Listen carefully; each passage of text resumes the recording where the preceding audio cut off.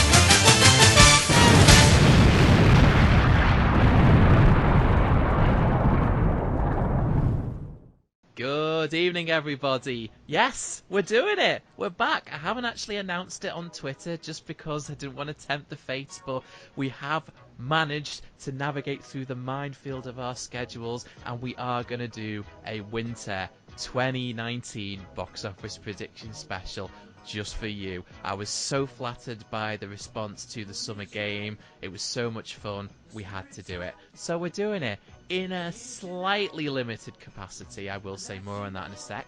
For those of you who've not joined the game before, what have you been doing? Go on SoundCloud right now and YouTube and watch the summer game. It's so much fun. But we have done this before. We have occasionally, I think it was 2013 we did it, 2012 we certainly did it, the year that Skyfall came out, got burned on that one we did.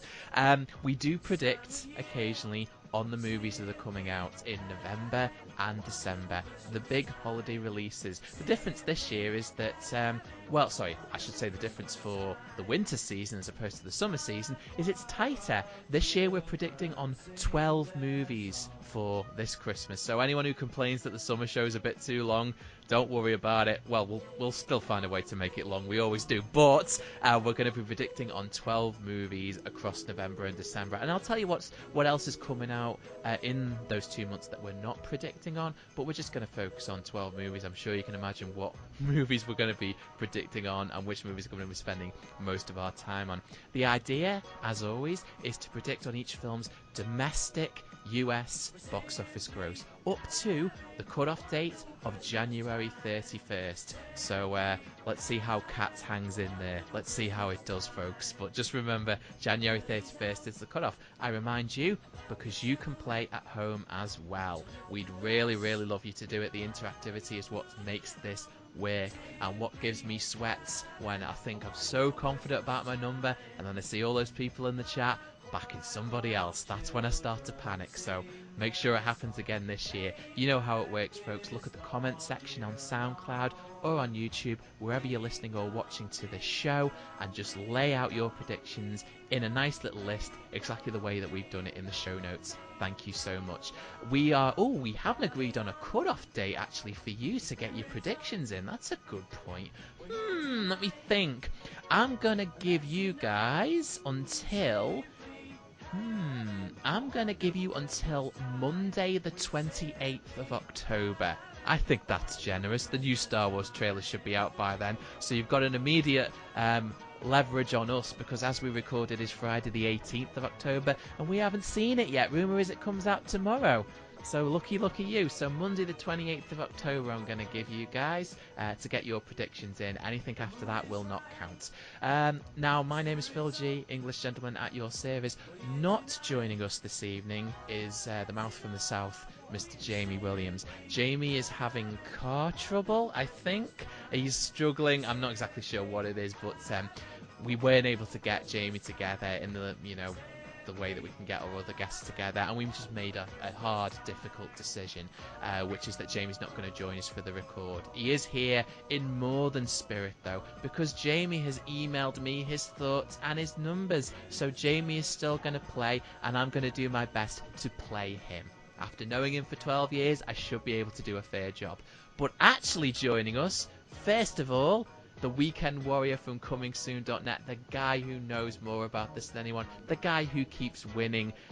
This summer, it was close. It was a nail-biter. I feel good enough about that. Let's see how we do this year. Mr. Edward Douglas, hello, sir. Hey, how you doing?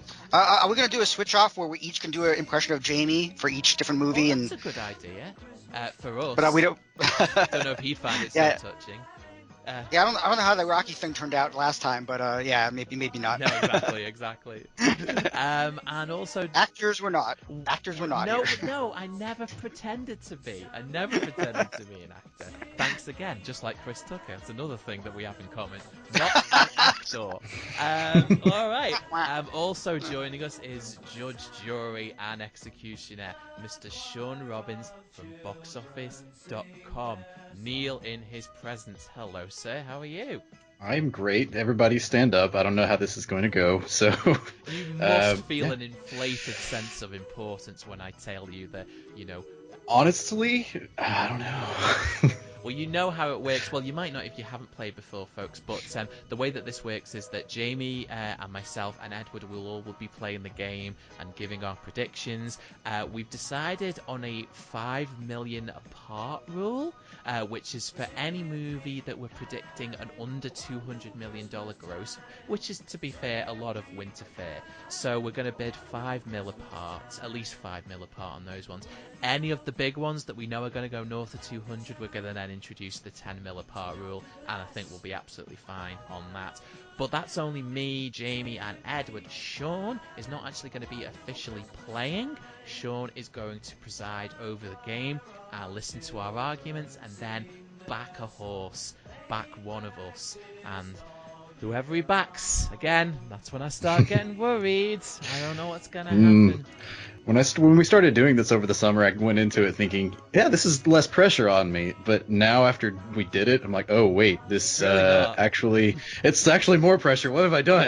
Yeah, it really is. It really is. And, of course, the fun thing for Shawn is that he hasn't had time to think about this. He has no idea what's going to come out of my mouth.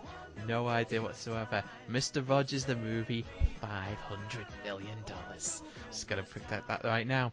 Okay, but no, we're going to start with November 1st and the release of Terminator Dark Fate. Edward, over to you. Yeah, so, as everyone knows, Tim Miller from Deadpool is directing, and it's, I was definitely burnt on the last two Terminator movies as far as, not liking them.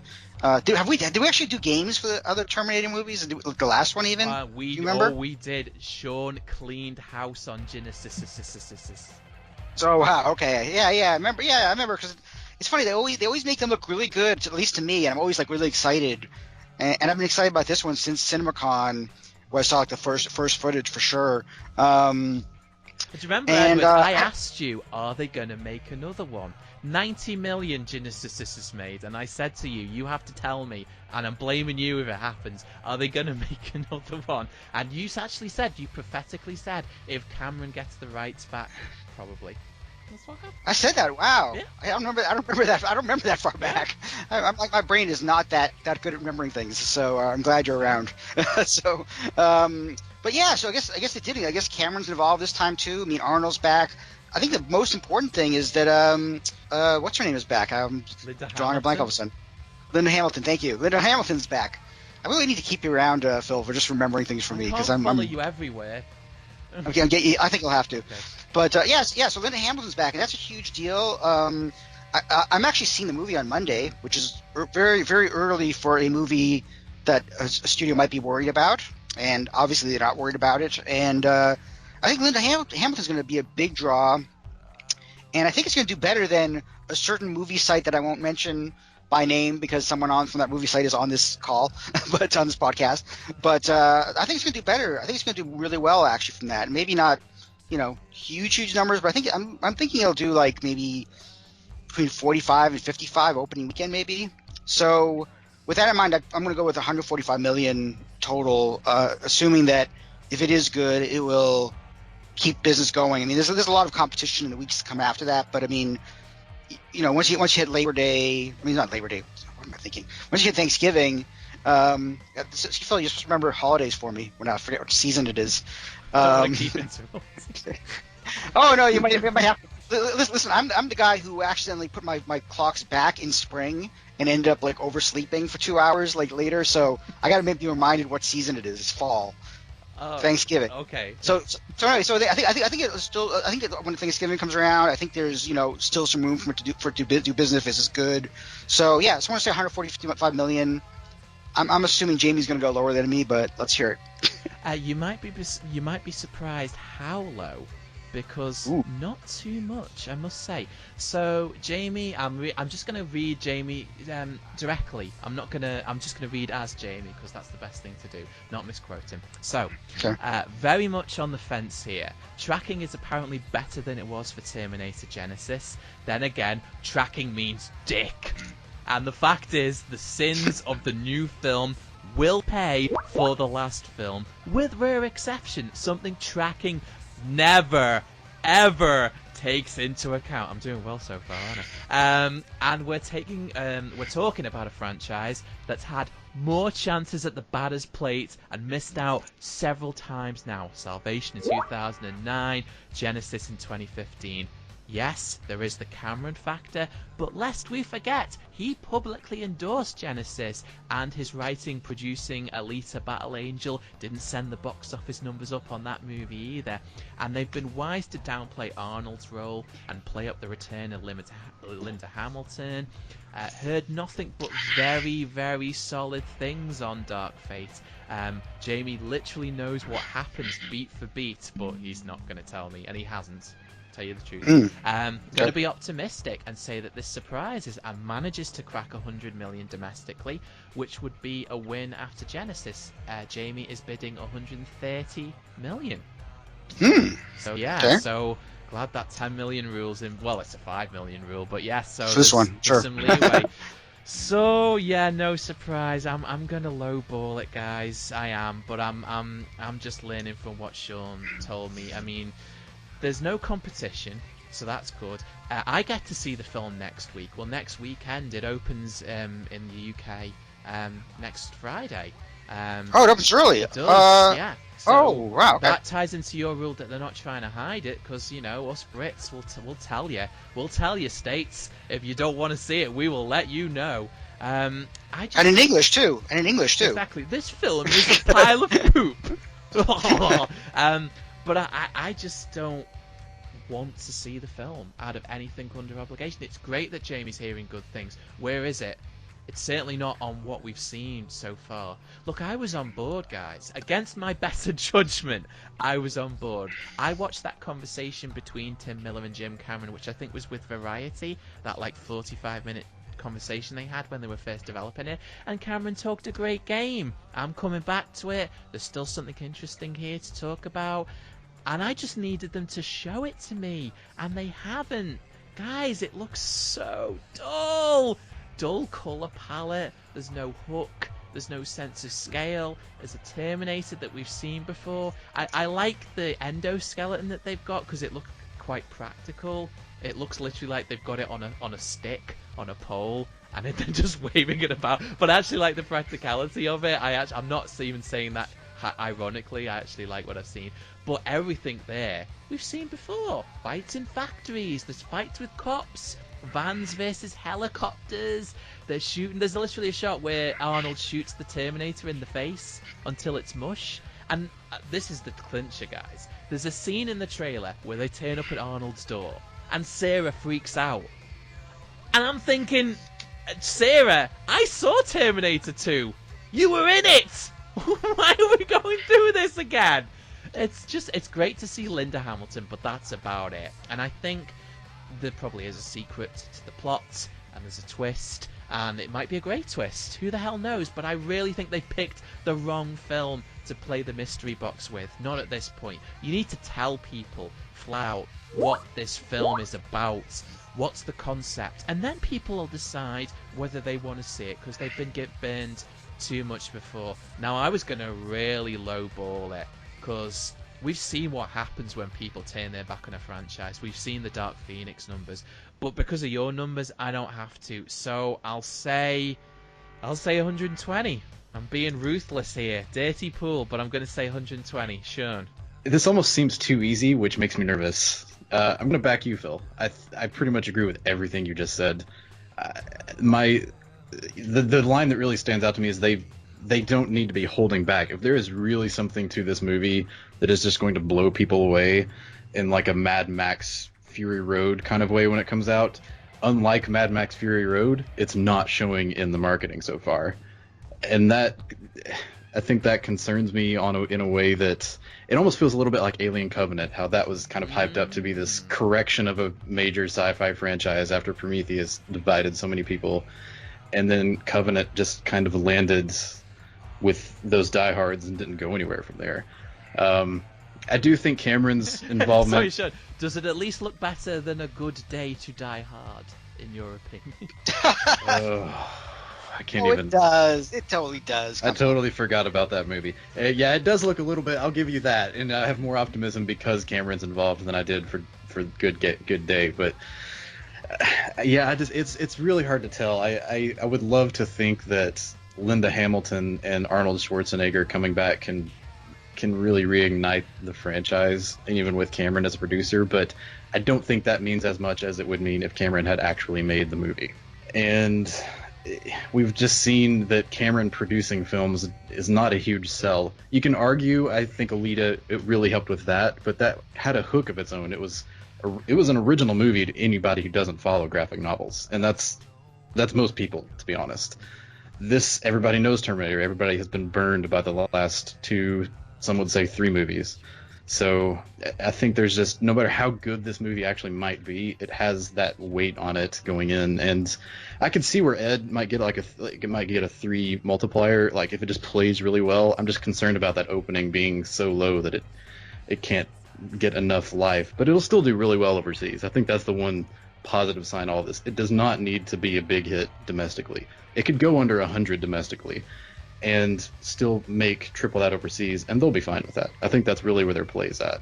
So yeah, I'm going to stay conservative. I'll go with Phil. I think it's 120 or less. I'm not even convinced it hits 100 right now. Yeah, I was looking at the box office long range forecast. You had like 89 million or something total. So, but I was gonna say, first of all, I want to say that Phil, your Jamie sounds way angrier than the real Jamie. I just want to say, so you need to mellow out a little bit. Sorry. No, I'm just kidding. Jamie's so low key that even when he's really snarky, it's still like. So when you read what he wrote, it's just funny. It's funny. I told you I'm going to see it on Monday. I didn't mention that I actually know someone who saw the movie, and the person who saw the movie was really, really cynical about the marketing. He hated the marketing for the movie a lot, and he liked the movie. He was almost raving about the movie to me. He was saying that Linda Hamilton has a big role in the movie. It's not a cameo or small show for 15 minutes. She's in the movie the whole movie. So, but I don't know. I think it's good. I think it's going to surprise people. I'm really, I think I might be even conservative at the 145. But I don't know. I guess we'll see. We'll all know on Monday when we see it, and then we'll go see how the reviews come out. Maybe this is an X-Men First Class situation where the marketing is just horrible. Yeah. Oh, yeah, we're in each other's heads here. So, yeah, I mean, I want that to happen. I mean, I loved the first 2 like everybody else, but who knows? I'm curious to hear what you guys think, because I won't be seeing it this week. So part of me is thinking that's what Jamie's number is based on, because I think First Class did about that, if I'm right. 130 so. I think that's what he's thinking too.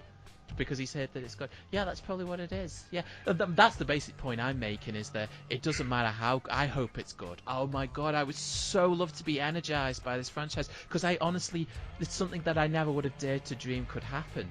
That, you know, I would feel honestly energized by this franchise again. I didn't think it was possible. But if I come out of theatre dancing, I'm going to be like, best surprise of the year. Thank you so much. But it doesn't matter. It doesn't matter. It's only so well it can do. People have been so burned by it. It's the Wolverine, you know. It's X-Men First Class. It's whatever you want to call it, you know. And Hey, I loved X-Men First Class and the Wolverine, and also I want to say Prometheus and Aliens Covenant. So screw you. no, I'm just talking. We did. I love First Class. About the box office here. It's just like you could literally could have held people at gunpoint. You wouldn't have got all of them to the theater. You know, it's. And after the fact, everyone's going like, "Oh my God, First Class, First Class!" Now everyone's like raving about First Class as if they knew all along it was great, and yeah, they didn't go see it in theaters. You know how many people I literally forced at gunpoint to see Dredd? Didn't matter. Seriously. Oh my God, someone just asked Alex Garland about Dredd at a round table recently. I'm like, oh, why are you doing that? The guy's moved on. I know. Well, some of us haven't. That's all I'm going to say about that. Oh, no, it's true. You got to move on. And I mean, I will say that the really good thing about the marketing for this film, perspective is everything, is the words "we can stop Judgment Day" are not uttered once during the trailers for this particular film. They haven't in any way conveyed to us this is the start of a trilogy. I guess they've called it what they have to, and I personally, maybe it's an exception with this franchise, I have an issue, just a personal issue, with films that act as direct sequels to a certain film and erase the continuity of the rest, because I just feel like in a certain way that's not fair. You know, just because you didn't like Terminator 3 doesn't mean there's other people who didn't like Terminator 3. Why should their film be suddenly rendered completely irrelevant just because you want to erase it from the continuity? And I know the continuity is an absolute minefield for Terminator now. I understand it's a mess, but there's still clever ways, and Star Trek will always be the golden example that you can move your way around that, especially when you've got time travel as a device. So, you know, when Neil Blomkamp was threatening to make that Alien 3 of his, I was just like, well, I'm sorry, I like Alien 3, Neil. That's not fair, that's dirty pool. So that might rub me the wrong way, but we'll see how the story goes. Maybe it won't bother me. Sean? You actually touched on what I was going to say. I think continuity is another big issue for getting people out that first weekend, because it's almost like the X-Men movies at this point. You ask anybody on the street what's going on in the Terminator storyline, who can tell you? I mean, honestly, who can tell you? We can't. We watch. Yeah, we can't. Yeah. Edward. And I like Terminator 3. Yeah. I just want to say that. I did too. I've talked to some people that haven't, so I but threw again, that in it's there. like, But yeah, I like 3. did we only start to like 3 once Salvation came out? I couldn't honestly tell you. No. I liked it when I saw it. But by the way, this is a little aside, but Sean, have you ever read the book about Terminator 3 box office? There's a whole book about book's fantastic. the road. Yes. It is such a book. Have you read that, Sean? I haven't. Oh, it's so good. It's a book all about the 3 movies coming out the 4th of July that weekend. I think it was 2003, I think. And it basically follows them from like a year in advance, like all the marketing, all the stuff, all about how, you know, I think one of them was Legally Blonde, and the other was like Sinbad. That's right. It's an amazing book, man. You should definitely read it, Sean. I need to check it out. In fact, give me your address. I will send you a For copy. folks in the audience, DreamWorks made an animated Sinbad movie. I know you've never heard of it. It's okay. Don't worry about it. It's pretty good, though, actually. It's worth a watch if you ever... But it didn't have Sinbad, the comedian, in the voicing Sinbad. That's what my favorite. And now we know what would happen if Edward was a movie exec. So thank God that's not happened. Yeah. Okay, we better move on.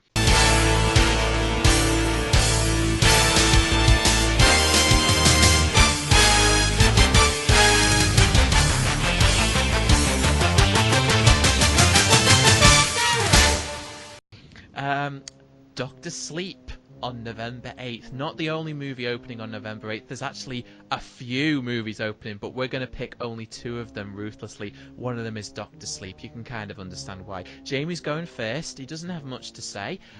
He has bid $90 million for Doctor Sleep. Not sure what's considered a win, quotation marks here, but I've heard the film is good, and Warner Brothers must be wise enough not to expect all their horror films to do The Conjuring or It level numbers in order for it to be a success.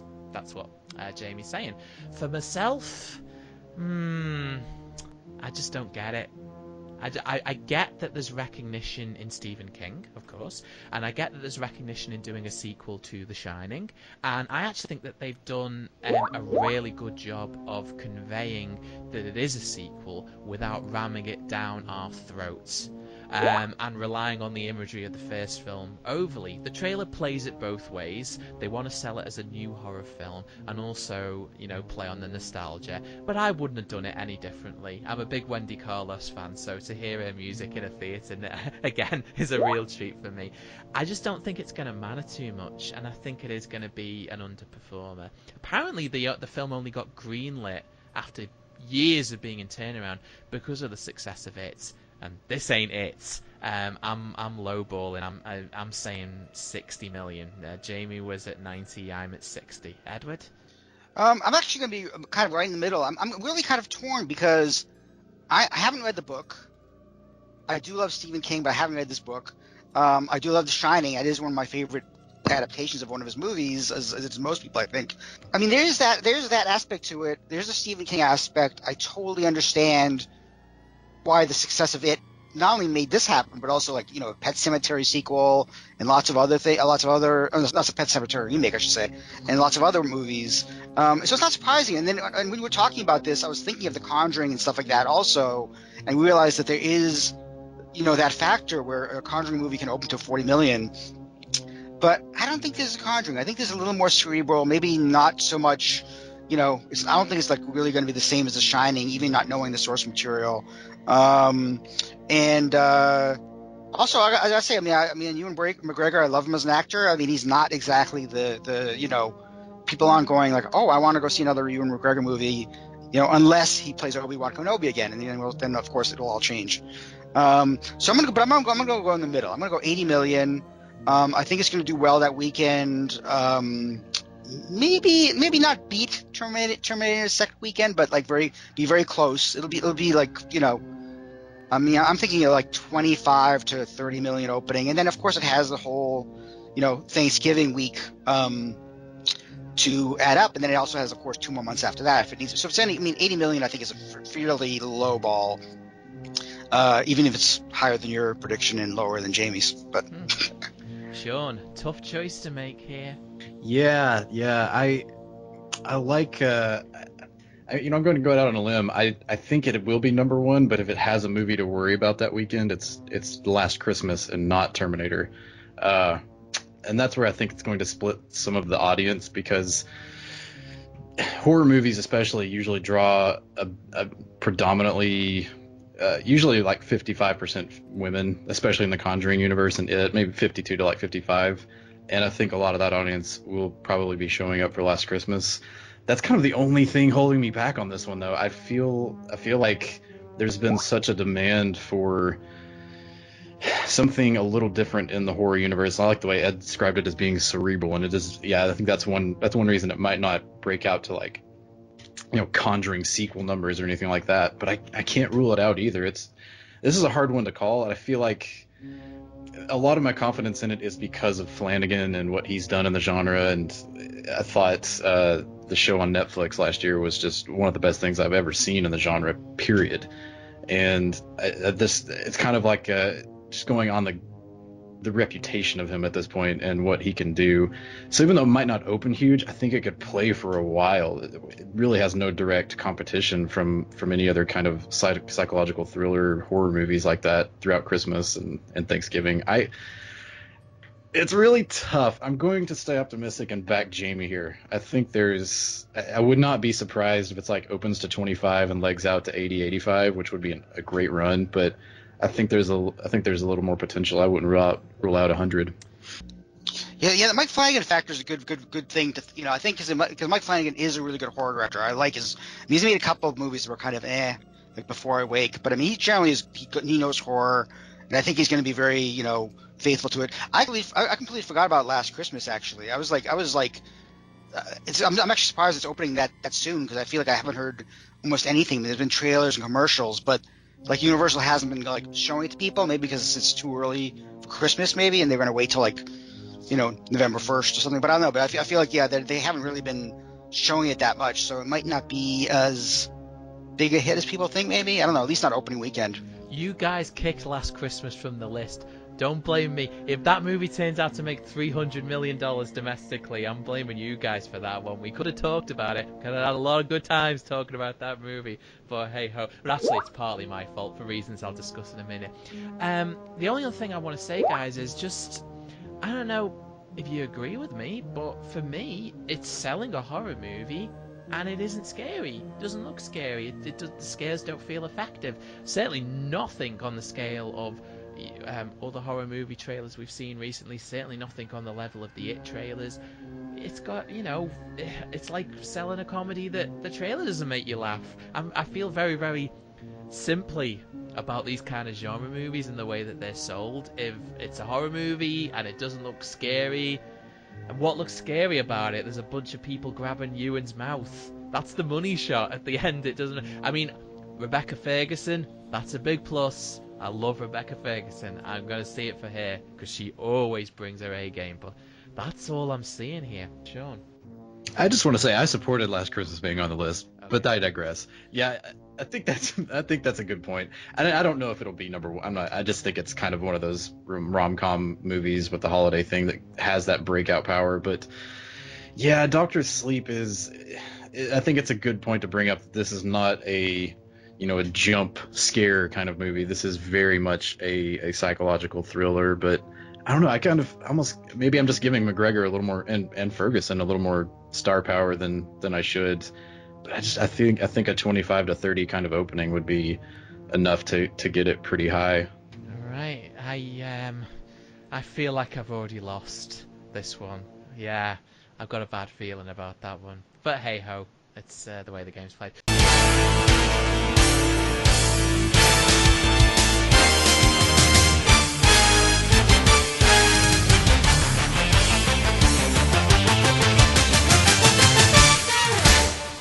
Alright guys, so yeah, November 8th is kind of competitive. We have Dr. Sleep coming out, we have Last Christmas with Emilia Clarke, we have Playing with Fire, the John Cena movie. We all agreed we'd skip that one. And I guess we could have talked about Last Christmas, but I guess it's my fault because I insisted that we talk about Midway, Roland Emmerich's latest film. I was kind of insistent on letting this film in. It's a Roland Emmerich movie, guys. One of the few feature film directors who remains stuck in time. And I love him for that. He'll never change. He'll never update his look or his style. And he'll continue to make films that are fucking terrible.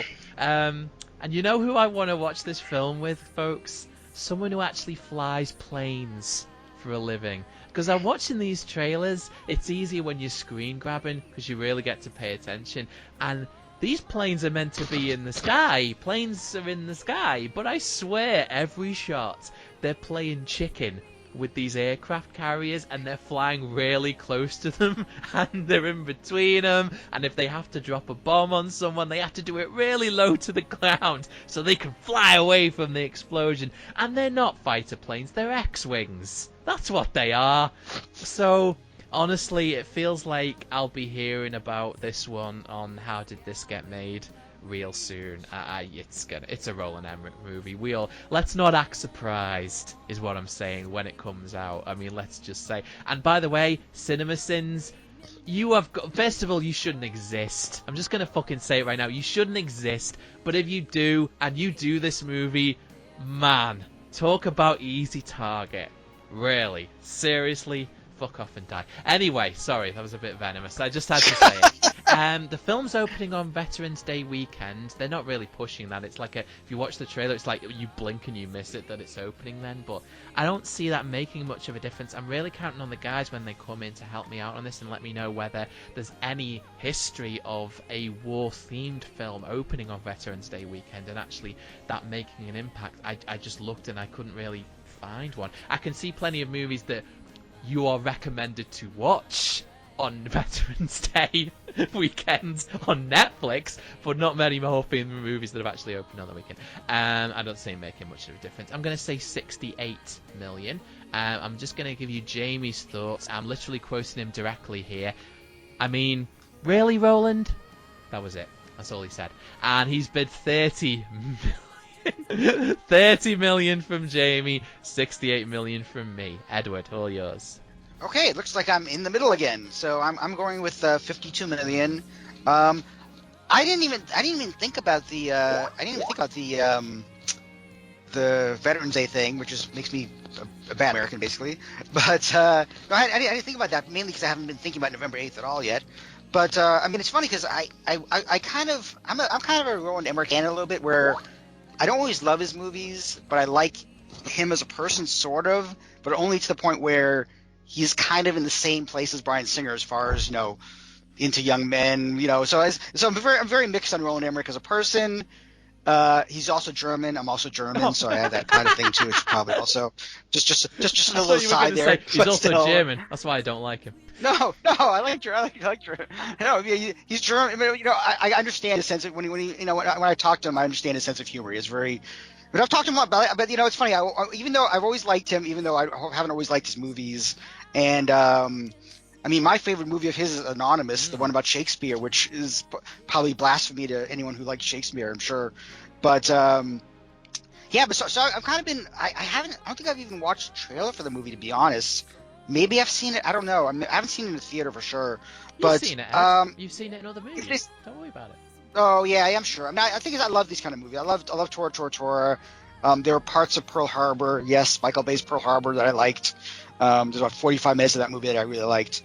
So I do like these movies. I'm kind of interested, but my number is actually lower than yours, Phil, but it's still higher than Jamie's. I'm saying 52 million. I think it's going to make about between 15 and 20 million opening weekend. It's going to be, I think Dr. Sleep's going to beat it. I think maybe Last Christmas will beat it, but it's a busy weekend, and yeah, it's hard to say, man. Again, I haven't seen the movie yet. I'm trying to talk to Roland Emmerich again for it. They've been very like, they haven't literally said to me, Ed, can you talk to him without seeing the movie yet? But I'm expecting it. Sean. I just want to throw a dart at the wall on this one, because I'm literally right in between Ed and Jamie. I think the Veterans Day thing will help a little bit. That'll be more like for Sunday matinees, but that's probably about it. And I get a very Ben-Hur vibe here. Oh, that's a good gun. Yeah. New Ben-Hur vibe, but with a little boost, because Hacksaw Ridge, which opened the week before Veterans Day a few years ago, that's kind of the obvious comp, I would say, at this point. But I don't like putting down filmmakers or anything, even when I don't like their movies, but Mel Gibson's repertoire, whatever you think of him as a person, as a filmmaker, is very different from Emmerich's. And I think the audience they're going for is probably looking for something that's going to be a little more dramatic, as opposed to just being an action-packed. I don't know. I haven't seen the movie, so maybe it is kind of a turn for Emmerich. I think this is going to end up somewhere in the 40s, but I can't rule out a little less. So Ed was 52, Jamie was 30. I mean, that's a 21. I'll say Ed. I think it sneaks over 40 million by a little bit. So I'll back Ed here. It's actually 22, Mr. Math, just so you know. 22. Sorry. 22 yes. Well, I was trying to split the difference there, but yeah, that works. It's another one I've screwed up on, I'm pretty sure. It's fighting for third place. I don't know what I'm thinking. Gosh, I'm not doing well, guys. I'm not doing well at all. And playing with fire could be John Cena's pacifier. It could make $30 million opening weekend. Yeah. No.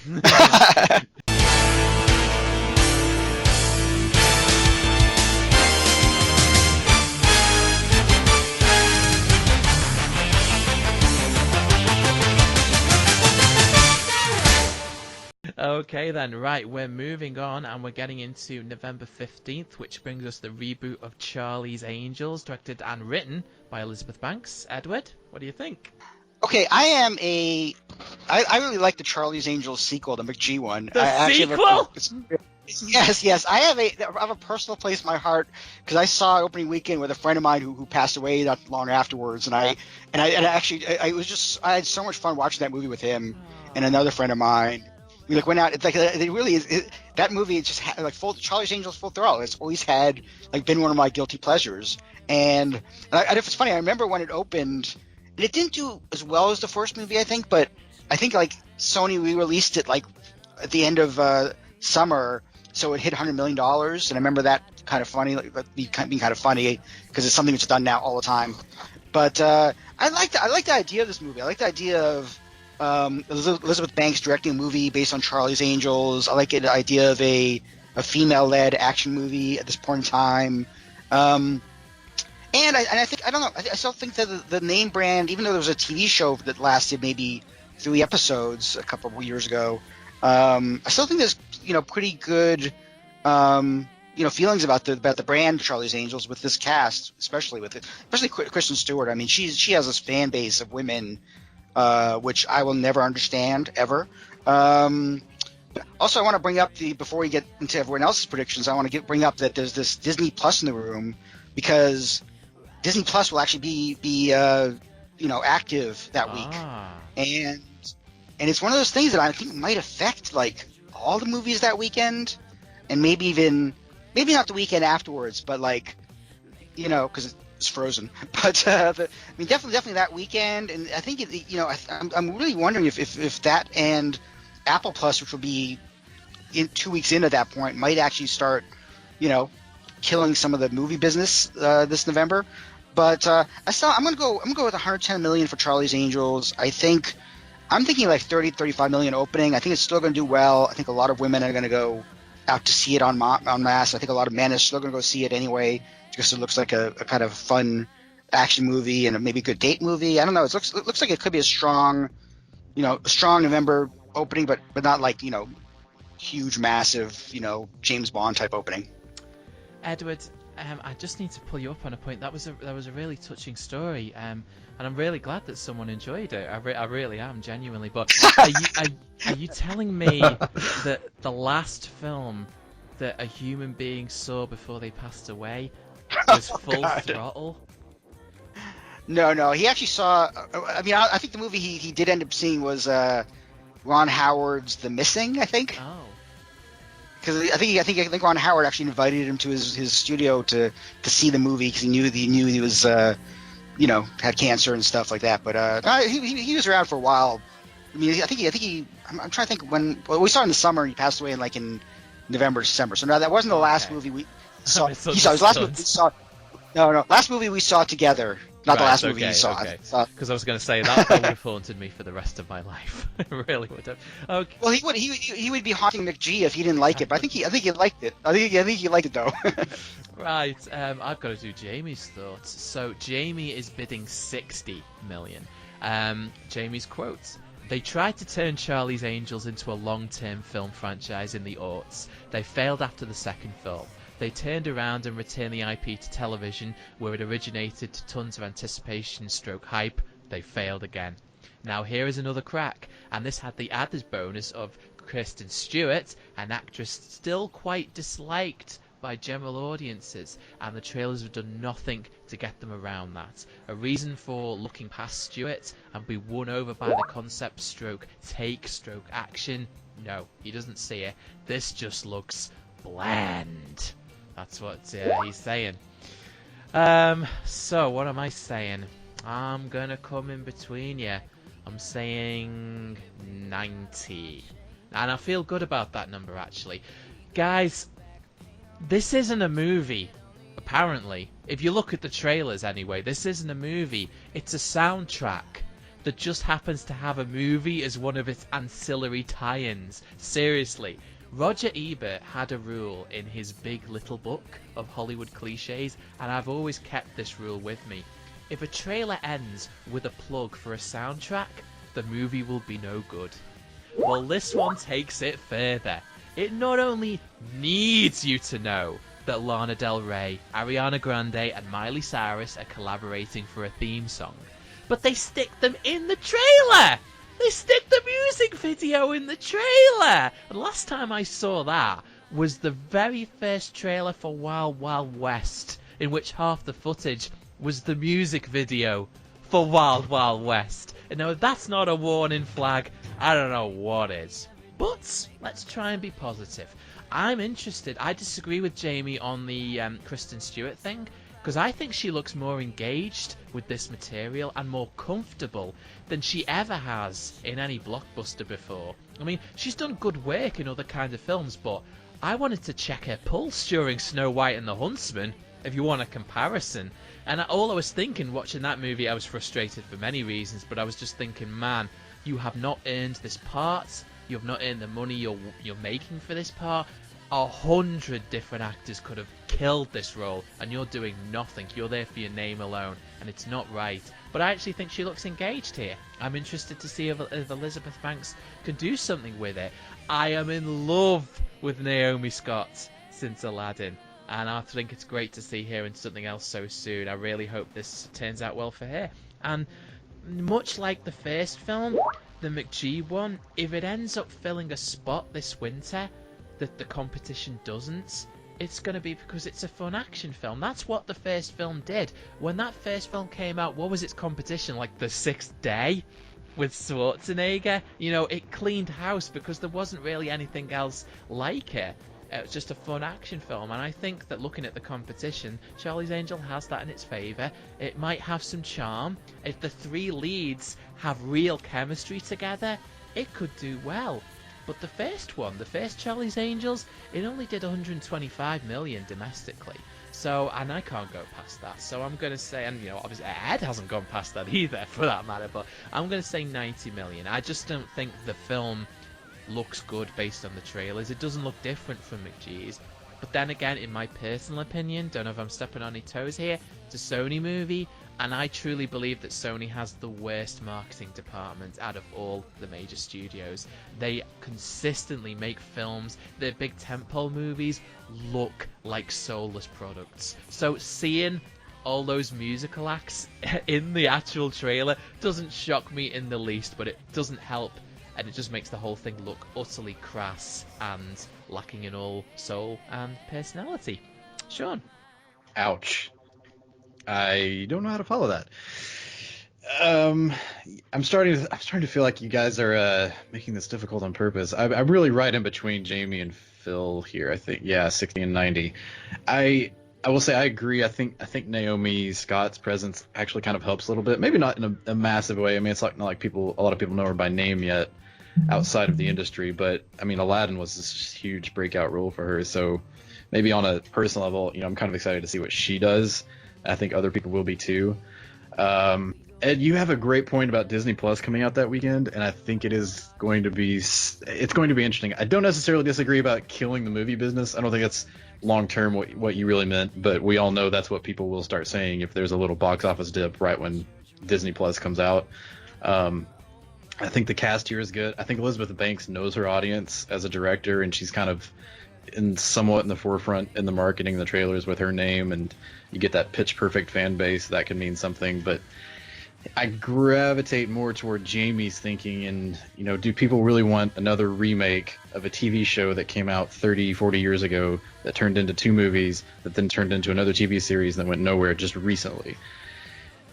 And that's kind of my big drawback here, and I don't think there will be a male audience on this one for several reasons. One we won't get into. I think there's going to be some social political things going on that we will hear about from people online. Agree or disagree, it is something that could affect the movie. But more importantly, more directly, I think there's going to be a lot of competition from the next movie we're about to talk about for that same male audience, as well as if Terminator does take off, they will be going to see Dark Fate, not Charlie's Angels. But yeah, I don't really feel the hype. I think whatever hype there is, it's for the music and not the movie, and that's just not a good sign to me. And when women have several other options out there, like Last Christmas, like Frozen 2 the next week, and potentially Doctor Sleep on a much lesser level. I'm kind of putting my faith in original movies here, or at least what will be treated as original movies by most people who don't follow the business on a daily basis. And I think this is the Men in Black International of the holiday season. I really want to pick Jamie here. Yeah, I'll pick Jamie. I think it'll be close. It'll be right between you and Phil, or you and Jamie. But yeah, I'm going Jamie. Well, I don't want to be the social justice warrior of this podcast, but I've always noticed that you guys don't have any women of color on this podcast ever. What's up with that? No, I'm just kidding. Right. But I gotta say that, like, know what I look like? Well, that's true. That's true.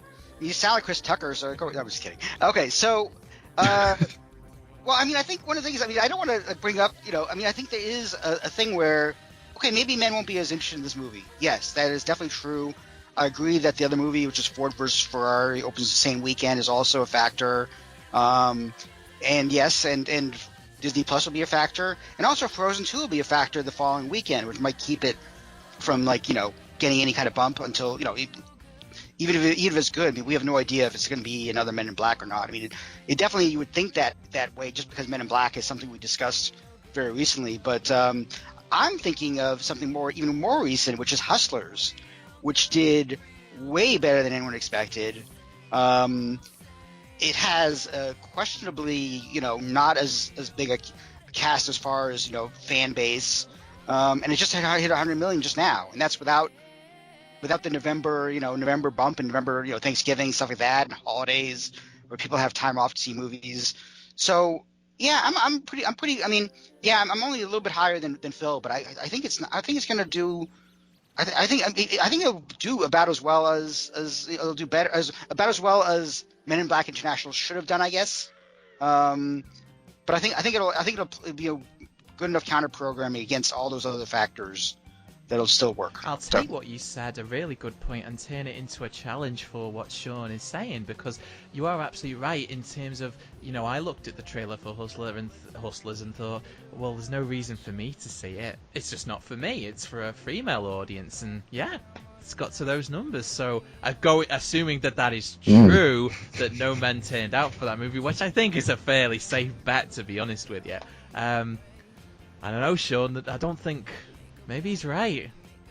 My counter argument here is that Hustlers was an original movie. We have not seen that movie before. Women have not seen that movie before. It was edgy, it was original, it was unique, and it didn't have much competition. I just think Charlie's Angels is the complete opposite of that, but I will totally admit to being wrong if it breaks out. But I think you could say that, but also I think that the first two Charlie's Angels movies were directed by McG. Wasn't directed by a woman. It was directed by a filmmaker who also another guy who I really like as a person. But yeah, no, I think Elizabeth Banks also has a nice bump in Pitch Perfect also, which I didn't think was a very good movie, but it did well, and she went out there promoting it, so people like her too. So. Well, I was just going to say, I mean, you say we've never seen that movie before. Maybe based on the trailer alone, I just viewed it too crassly, but for me it just felt like the Set It Off template again. Maybe a bit more funny, not quite as a dark ending as that film, but it was still, 4 women partner up and, take on the system. And it's certainly, it's probably turned out better than that other goddamn movie. What was that one with them? The one I'm thinking of. That Ocean's 8 or Ghostbusters? The one which one? With where Liam Neeson was the husband who died.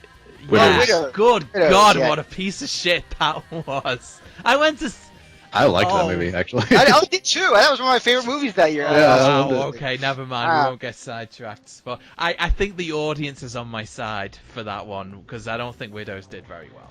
Well, let's challenge this Disney Plus thing, though, because that's really interesting. I think the only comparison I can say would be, was general box office affected when the last Harry Potter book came out? has general cinema attendance been affected anytime a giant video game's come out, like a Grand Theft Auto or something? Anytime there's a mass media entertainment product that people will stay home to consume that weekend, is there a serious case that it has affected box office in any way? Sure. I think the best example, it's not quite the same, but Super Bowl is really the best, and we see that literally every year. Super Bowl Sunday business drops like 50% for most movies, but that's contained to one day, one big event. This is Disney Plus is obviously a little different. My gut feeling here is, and it kind of ties into my overall views of this, but I think what will happen is we'll see this. If we do see a box office dip that weekend, it'll be portrayed as this is the end of the movie business, because that's really what a lot of these trades write about on a frequent basis. And a lot of writers out there are smart enough to get this, but there are some aren't, in my opinion, that don't realize it is a cyclical business. There are dips, there are rises, and the movie business is more of, not as much of a competitor to streaming as I think it's perceived to be. They're very different experiences. I think most people tend to look at it that way, but that's the macrocosm type of view. In the short term, in the micro, yeah, it is very possible Disney Plus launching that week will keep some people at home, especially since The Mandalorian will be out. Untold number of Disney movies will be out. It's just... So I love that Ed brought that up, because that, I think in the short term, especially that weekend, it's something to definitely keep in mind. Sorry, that was me. I hit my desk. But yeah, that's kind of where I'm at on it. Only from a domestic point of view, of course, has we remember that, the Royal Out of Disney Plus is only going to be in the US on November 15th-ish. The rest of us have to wait. Not going to get into that. Right, okay. And by the way, we plugged it before, but I think we should take an opportunity just to plug it again. That book that Edward was mentioning, I believe it's called Open Wide, and hopefully you can find it on eBay or Amazon or something. But it is an absolutely fantastic book. I've read it several times since it came out, and it really, really is worth tracking down. It literally just, as Edward said, it focuses on 3 movies opening on the July 4th weekend of 2003, Legally Blonde 2, Terminator 3, and Sinbad Legend of the Seven Seas. And yeah, each single movie from its inception to its marketing, specifically the port on the marketing, is really, really interesting. If you didn't like that poster for Terminator 3, well, guess what? Jonathan Mostow didn't like it either. Those are the kind of gems you find out for reading that book. Just thought I'd plug that again. Okay. I'll quickly, before we go on, I want to jump in. Just, you mentioned what opened the week of the Harry Potter, the last book of Harry Potter. It was I Now Pronounce You Chuck and Larry, a classic. It was Hairspray, which actually did pretty well, and number 2, Harry Potter and the Order of the Phoenix, which took a big plunge that weekend. I remember. Yeah, it did. It was the second weekend, but it, I don't know if that it was like late July, so I don't know if any of those movies would have done better. I mean, nothing else really dropped that much that weekend, so I don't think it really affected it that much. But I think we're talking about a different thing. We're talking about Disney Plus versus a book. I don't know. I think we're talking about a new place in whatever. It's very unknown territory. I think Totally. like we can all just guess, and we're all just watching. And it's like, who knows what'll happen? Totally. It's kind of cool, actually. I'm just saying that we're talking about the basic concept of staying home instead of going out to the movies. And I think people will do that, but then people will get tired of that, and they'll be like, okay, well, we've gone out a lot. We need to save some money. Let's go back and watch Disney Plus and Apple some more. Sure. We're you know what? We're gonna have to start looking at every single launch of Disney Plus series. Also, every time they release a new. The only thing is also Disney is not doing the all-in-one thing. They're not doing the all the season at one time thing. Fascinating that they've True. taken that approach. Absolutely fascinating. Which, yeah, because that's also been something which maybe affected movies more, because people are like binge watching something, so they're staying all day to watch the show. If they're only watching one episode, it's not going to really affect their entire. But Disney Plus is like a massive, like, there's just so much to watch on there, like good and bad. So if you think of it as an MCU fan, though, it's suffocating to think what 2021 is going to be like. It's literally episode, movie, episode. It's literally my entire life for 52 weeks. Yeah. I'm not complaining, mind. I never thought we'd reach this point, but it's like, you know, you're going to go to the movies? Nah, man, I got to watch She-Hulk. I don't know.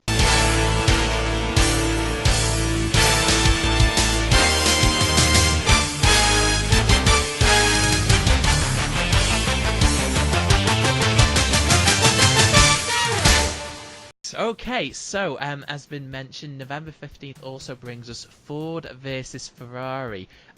Jamie's thoughts are going to go first. Jamie is bidding 40 million. Gasp here if you want to. Jamie says, "This strikes me as the typical adult alternative programming during the holiday season. I'm sure the film itself will be good, but I don't exactly see why audiences are going to care. Sure, audiences love Bale, but they don't exactly flock to everything that he does." And ditto goes for Matt Damon. And what are my thoughts? Well, the first thing to say, there's a trend on this show, folks, where we predict on the movies, sometimes it's called one thing in the US and it's called another thing in my territory. It's not called Ford versus Ferrari in my country. In my country and a few other European territories, it's called Le Mans 66, named after the Grand Prix that it's set during. And I'm trying to wrap my brain around that decision. Because you really think that's a more marketable title than Ford versus Ferrari? I mean, there's two ways to look at it, right? Either Ford versus Ferrari is too misleading for us, because we're too stupid, we'll think Ford versus Ferrari is about cars that fight each other. Or, what we're actually saying is Le Mans 66 is too dumb for you in the States, and you need a title like Alien versus Predator to get bums on seats. I don't know.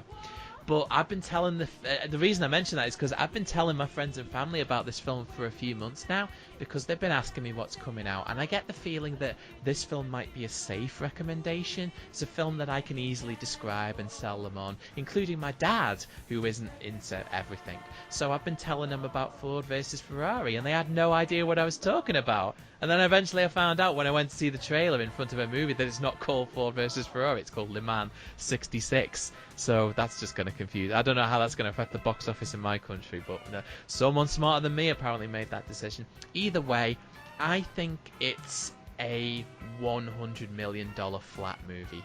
It's a biopic. I don't think it's going to win any awards. I'm not expecting it to. I think it's just going to entertain us. We'll watch some good actors. It'll make some money. It's fluff, really, if you really think about it. It kind of reminds me of a film like Flight with Denzel Washington. I'm not saying Flight was fluff. It was a dark movie. But it's that kind of picture, you know. You release it in November time. It'll do okay because you like the actors. Some people like the actors. They'll turn up. And you know what? I'm gonna say 93. If Ed doesn't hate me for it, I'm gonna say 93 million. That's what I'm thinking. That's like a flight number. I'm not gonna go to 100. If he wants me to change my mind, I might. But I'm gonna say 93 million. That's what I'm gonna say. Edward, what do you think?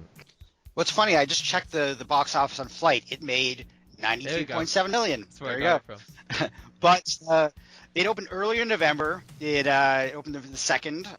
It didn't have the Disney Plus factor we mentioned. I actually think that Christian Bale and Matt Damon are both pretty good draws at the box office. They are for people who like their movies, probably a little older, but still, I think there are people who like their movies a lot. I think it's a fairly prestigious movie, although it played at the Toronto Film Festival. It opened there or premiered there, and it has not been getting the most buzz of all the movies. It's not like the one that hashtag film Twitter is talking about as much as, say, Parasite, which has been playing since May, or Marriage Story, or there's a bunch of other movies that have been getting a lot more. In The Irishman. The Irishman opened, at New York Film Festival, and people aren't even talking about that one as much anymore. It's like this another case of movie comes out, people say a lot of things, and then nothing for months. But so there might be a little bit of a factor where it should have been released maybe earlier. Maybe waiting till November was not a good idea when you premiere it in September. But Flight is a really good comparison, I think, actually, and I think that Matt Damon is and Matt Damon and Christian Bale are the kind of the actors that don't do enough stuff so that when they do something, they do have an audience who go see them. I mean, Brad Pitt's another one of those guys, and he probably had Once Upon a Time in Hollywood, and then Ad Astra not so much. But I'm going to go in the middle once again. I mean, I was thinking 80 million originally, but since Phil brought down his number, I'm going to bring down mine. I'm going to say 75 million. Okay. The only one that surprised me here was Jamie. I would. This is kind of my theme, I guess, for the day is I'm putting faith in original movies, even though it's a biopic, so it's based on things that happen. But again, to most people, that's an original movie still. I like the Bale Damon combination, and I think James Mangold's track record is just really impressive, and that kind of gives me faith, and not just more so in like staying power and how people will react to the movie, because he did such a good job with Logan, with 3:10 to Yuma, another Bale movie, and Walk the Line, which opened around the same time of year. I think the kind of the downside initial comparison to me was a movie like Ron Howard's Rush, but this just feels like a totally different movie that like it has this almost a comedic angle, really, at least based on the trailers, and I think that'll play better than Rush did in particular. But that might be one reason why this isn't getting a lot of buzz out of film festivals, because I think to me it's a very blue collar kind of movie. It'll have a big male audience, but it could still have a pretty significant female audience with Bale and Damon. And to me, this is a movie that might play pretty well in major cities, but I think if you look at middle America, this is that kind of like underdog movie that could just stick around for a while. It almost reminds me a little bit of like this counter programmer for adult audiences surrounded by these other franchises and big blockbusters, kind of like Rocketman earlier this summer, which over predicted a little bit, but it still ended up doing really well. And I think that's a fair kind of comparison here. I think there's maybe even more breakout potential though, just depending. And when you look at a movie like Baby Driver, that might be another fair comparison. So I think this has 100 plus potential. And I hate to think back on Bohemian Rhapsody being that same movie last year, and then it just blows that away, and then automatically thinking, well, that's going to happen again. Probably not. But I think this could be one that's, it kind of falls into that 100 plus range and just quietly breaks out in its own way that won't really match up against the $400 million grossers, but it'll be a big success, I think. So who are you backing? So I'll back you, Phil. Thanks, buddy. Really appreciate it. At the moment you said Rush, I wanted to jump on that point because it's something that's been bothering me about this movie. It's part of the reason why, even though I'm the high bidder, I'm bidding low. It might seem like a strange issue, but it kind of ties into Rush. Rush was about a protagonist and an antagonist. It just, depending on your point of view, you needed to decide for yourself who was the protagonist and who was the antagonist in that movie. That was the fun of it. But it was about a conflict between two people. And when I first heard about the movie, all I knew was that Christian Bale and Matt Damon were in it, and I kind of mistakenly thought that one of them was representing Ford and one was representing Ferrari. And when I saw the movie and found out, no, they're teaming up to beat Ferrari, they're both Ford, I was like, well then, that just doesn't seem exciting. There's no villain. There's no one representing Ferrari in the movie that I can see. It might seem like a strange point, but you've got Viz in the title, and there's no Viz in the trailer. There's no versus. There's no conflict. The opponent is a faceless one, and I just think that takes the edge off it. I just think that takes the edge off the drama, and it doesn't feel as fun. I don't know, Ed? It's funny that the versus thing, the whole thing about the title is really interesting, because you are totally right that Americans want to see. I mean, we're used to boxing. Boxing is so huge here, and but also so is NASCAR. So there's that aspect of racing to it. But it's funny. I'm definitely in the boat where I thought Rush was going to do much better than it did. I really thought it would, be like, people would be like, oh, racing and Chris Hemsworth and it's big competition, and I think it's just another story that Americans don't know, and maybe. And actually, I'm just looking. Rush did pretty good. Actually, did 27 million opening. No, that's 27 million total. Never mind. Okay, I was reading that wrong. But I was like, that didn't do that well, did it? No, it didn't. I was just reading it wrong. They had a bad release date though. They kind of dumped it. Well, yeah, I guess so. Yeah, I mean, it was like early in September, but it was also at Toronto. But I really like that movie. I still haven't seen Ford versus Ferrari. That was in my email to Disney Fox person who hasn't responded yet. So, yeah, no, I don't know. I mean, I can definitely understand where you guys are coming from, and I actually, as a James Mangold fan, I'm kind of hoping you're right. It does better. I'd love it, but I don't know. Sure. I was just going to follow up on your point, Phil, about there not being a clear villain. I think the villain is time, and that's tricky to pull off. But that's they're racing against not just time, but expectations, and like I said, the underdog story. And it kind of that's where it kind of reminds me a little bit of The Fighter, another Bale movie. And you had these two stars. There was not a real villain in that movie, although you might consider the mother the villain. But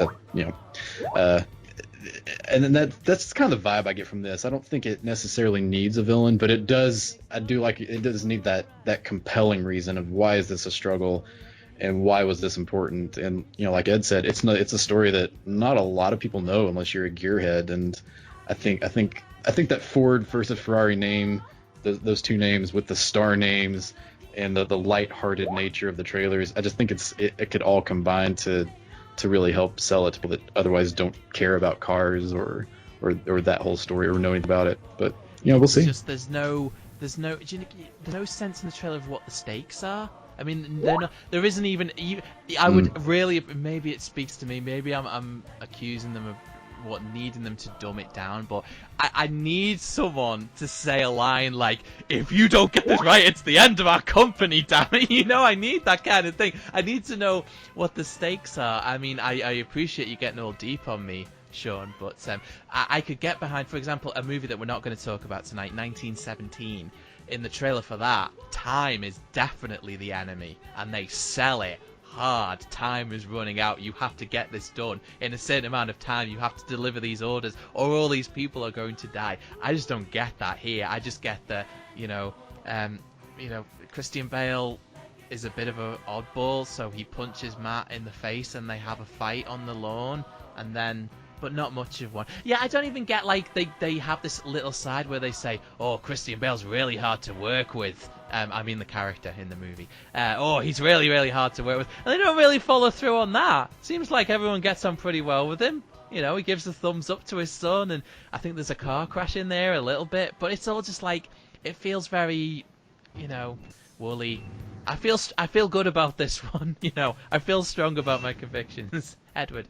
Well, I think that the funny thing is that when I first switched from this at CinemaCon, I hate to keep bringing it up, but when I saw it for CinemaCon, it was really exciting. We're all like, holy crap, this is going to be, Fox's big awards movie, or Disney Fox's big awards movie. And, the fact that Disney even included it in their presentation, so I was really excited. But then that was like, what was that, May, June, July, August? That's like 6 months ago. And I'm already like, yeah, I mean, I really want to see it. But I had a choice of seeing it a week ago, and I ended up seeing Uncut Gems instead, just because of time. Just happened to be two movies I had to choose. But I don't know. I feel like they really, A, maybe you're right about the marketing, but also B, they might have just went a bit too early on this one, getting people excited, and now people are excited about other things. Absolutely, like.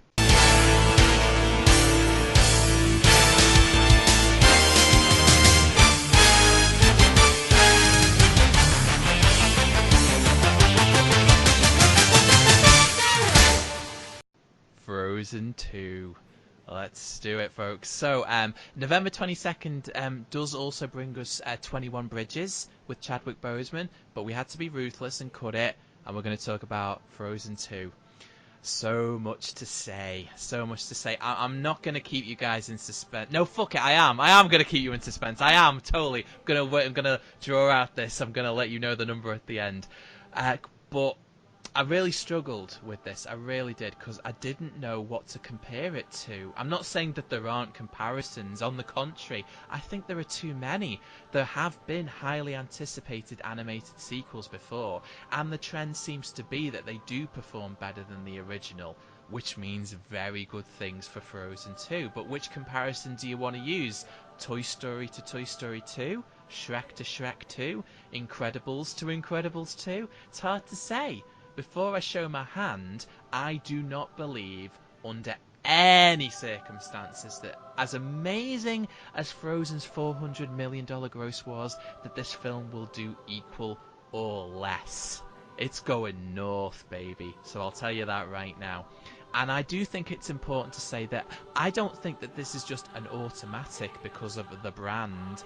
I think Disney's done a really good job marketing this film.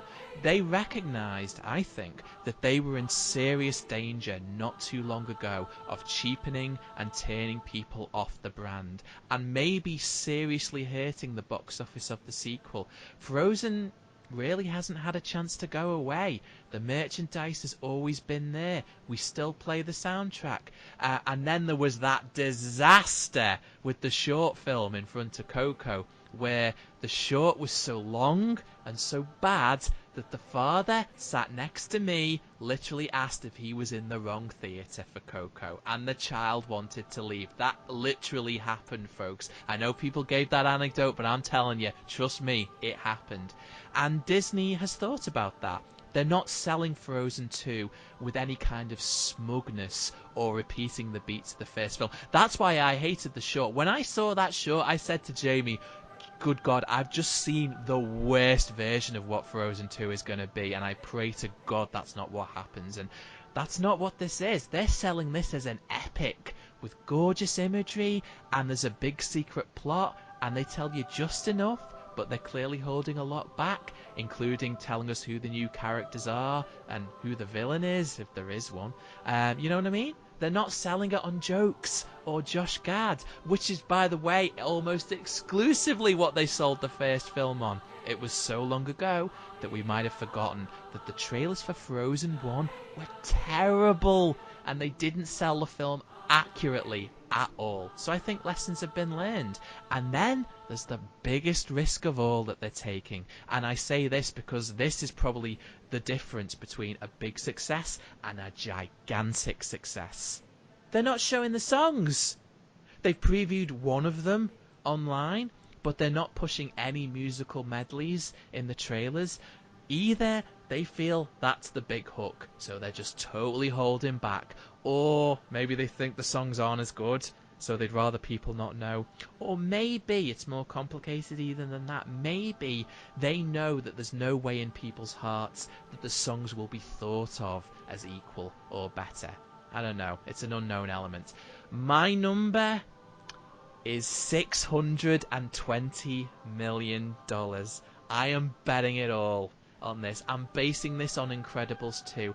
I still don't know how that film did what it did. I have no idea, but people went to see it because they wanted to see it. People want to see this. There is no competition that can touch it. Musicals hold. This is gonna hold. The opening weekend tracking that you're hearing right now is ridiculously off. The weekend alone is going to be in the $180 to $200 million range, in my opinion. 620 is what I'm saying. Edward? You know, it's funny that as you were talking, I was going, oh, he's really just talking himself out of a high number, because everything you were saying seemed to be like sort of negative, kind of. This is what I do. You know this is what I do. This is what... Yeah. It's just it's so hard. It was so hard to read where you were going with this, because it was just like, I was like, where's he? I wasn't sure, and this is a tough one, because, you know, remember that first Frozen movie, and it came out, I think, over Thanksgiving, and it did really well, but it just kept on doing business over and over. You know, it was like you know, it just wouldn't go away. It was just like Frozen was just, you know, all that entire. I remember, I think I was still living in Ohio that year, and I remember it was just like every weekend it was like, oh, I got to write about Frozen again. Oh, I got to write about Frozen again. It was like this every weekend it was all about Frozen, and it's interesting because I think that might even be. As he clicks on the wrong Frozen on Box Office Mojo to look at the numbers, he looks at the horror movie from 2010. But no, I just remember, and the thing is, I feel like that might even be, the movie that might have started Disney on this run they've been on. I feel like that was kind of like the movie that maybe, Disney finally understood, why, things. I mean, obviously they've had success. Like the Toy Story 3 came out before that, but I mean, I think that movie kind of just started a thing where they figured out their audience, how to get their audience to want to go see their movies over and over and over again. And it's why movies like Lion King, which are just kind of received like kind of still made a lot of money. And I think a lot of these movies are still making a lot more money than we expect because Disney knows their brand. And I think the Frozen has a few things going for it besides I mean, it's been 6 years now since the first movie, but it does have this audience of 4 or 5 year old girls who are now 10, 11. They'll still be into seeing Frozen 2, I'm sure. I mean, it's like I'm sure they'll still want to see this over Midway or like Terminator Dark Fate. So it's like, yeah, it has a built-in audience. There is a factor of also ticket prices, which in theory are higher than they were 6 years ago, although I guess there was a report recently that ticket prices are down a little bit. I don't know, it's hard to say. Disney have definitely had a bigger number of blockbusters. Like I said before, Frozen was like one of the first movies that really kind of paved the way for where they are this year, where they are, I mean, how many 400, 500 million movies do they have this year alone, like in domestically, like 5 or 6 or something? They have a lot, right? They have a lot of big movies. I mean, right now this year, let's see, I'm looking right now. They have 4 movies over 400 million right now, and then they have Aladdin, which made 355 million, and that also didn't show the songs. So, and yet I'm saying all this stuff, and I'm still going lower. Oh my god! I thought you were going higher. I swear to God. No. And the reason I'm going lower is because this is not opening Thanksgiving. It'll open the week before. It'll do a lot of business that week before. It'll do a lot of business on Thanksgiving. It'll do a lot of business on the weekend after Thanksgiving. And then you get hit by Jumanji and Star Wars, 2 sequels, which are 2 sequels to big movies that people are really looking forward to. I can't remember personally. I mean, I could look right now. I just had the numbers up. I just lost it. But I mean, Look at Frozen. I'm trying to think what other movies opened up in December that year. Okay, The Hobbit. Okay. Anchorman 2. No, thank you. And then Christmas was, Wolf of Wall. It was like nothing. I don't think anything opened after the first Frozen to really keep it from making only, 400 million. But still, I'm going to go $450 million. And I'm half cheating because I was originally going to say 440 million. But I really wanted to get Sean's backing, so I looked at box office and saw what his number was there. So I just raised up to 450 million. Well, we got to see what Jamie says. Yeah, exactly. Right. He's going to say either 440 or 460. I bet it. You're going to have to take that back. Jamie is saying 325. 325 million. His quote is, an interesting situation. Disney had zero expectation of what they had back in 2013, so did I. So when Frozen went off like a nuclear mushroom, they just plain weren't prepared, and they've been careful with how to approach a sequel. As of this writing, we have yet to see anything outside of those trailers. The film drops in 1 more month, unless we forget Olaf's Frozen Adventure didn't exactly go over well. That's the short film I was talking about. Not reading too much into that, but I cannot imagine how Disney expects this to be a repeat of what happened 6 years ago. Something tells me deep down to expect lower grosses compared to the original. But, that's just how Jamie's programmed. What does he always say? These are once-in-a-lifetime numbers. If I made a Jamie talking doll, that's what he'd say. If I had an Ed talking doll, it would say, well, this year it's CinemaCon. And if I had a Jamie talking doll, if I had a Jamie talking doll, it would say, these are once in a lifetime numbers. You could say it for so many things. So that's just how he's wired. But hey, it really helps me when I'm playing a game because I just know that I can beat him on movies like this. 325, dude. If he does that, if it does that, I mean, man. I don't know what to say. I don't know what I'm going to say to him, but I'm just going to say, Jamie, next time I say you're insane, just slap me in the chops, buddy. Sean. Yeah. I see where Jamie's coming from. I don't think it'll happen, but Illuminate me, please. Okay, the best example I can think of is, and now, mind you, the first movie in my comparison here was not nearly as big as Frozen, but arguably I would say just as beloved in the long run. How to Train Your Dragon. When that sequel came out, it had really high expectations, and it ended up doing okay, but it didn't break out in the way that I think a lot of people kind of figured it would, especially opening in the summer. It was the first animated movie of that summer, I think, if I recall correctly. Frozen 2 is the first animated movie of the holidays. And I'm trying to circle back. Ed and both of you, all three of you really touched on a lot of points I wanted to bring up. The first thing that comes to my mind is the wait. It's been 6 years. That's not quite, the decade of a Toy Story, but it's longer than a lot of other, like Despicable Me's and those examples. So I think some of the audience has grown up a little. Maybe there's a just barely old enough new audience to show up, but I don't think it's on the same level of Incredibles that had kind of twofold. One was almost 14 years after the original, but also kind of opened in this time. The first one opened in this time where superhero movies were not the big thing that they are now, relatively speaking. And I think that really helped that sequel last year. But by the same token, I can just, there aren't a lot of arguments for this not to break out. It's such a tough call. I think opening a week before Thanksgiving will keep the opening weekend down a little bit, almost in the way of, we saw Force Awakens open to this huge number 4 years ago, the week before Christmas, that nobody or very few people thought was possible. And now it's almost like 200 million is not as impressive. Like when Lion King did 190, it just did not get any kind of attention, whereas just 3 or 4 or 5 years ago, it would have been like the big story. I think that closeness to Thanksgiving and then just having this run through December will hold back the opening a little bit. I think optimistically it could beat Catching Fire's record, even though we're kind of a little more conservative on the website right now. But I don't know. This is a hard one. There are just so many questions. Like, will repeat viewing be as strong? I don't think so. Will the soundtrack capture that zeitgeist in the same way? That's, like you said, that's an unknown. That's a tall order, though. I mean, that's a lot to ask. And like Ed mentioned, there's a lot more competition in December with Jumanji and Star Wars, and even Spies in Disguise on a lesser scale.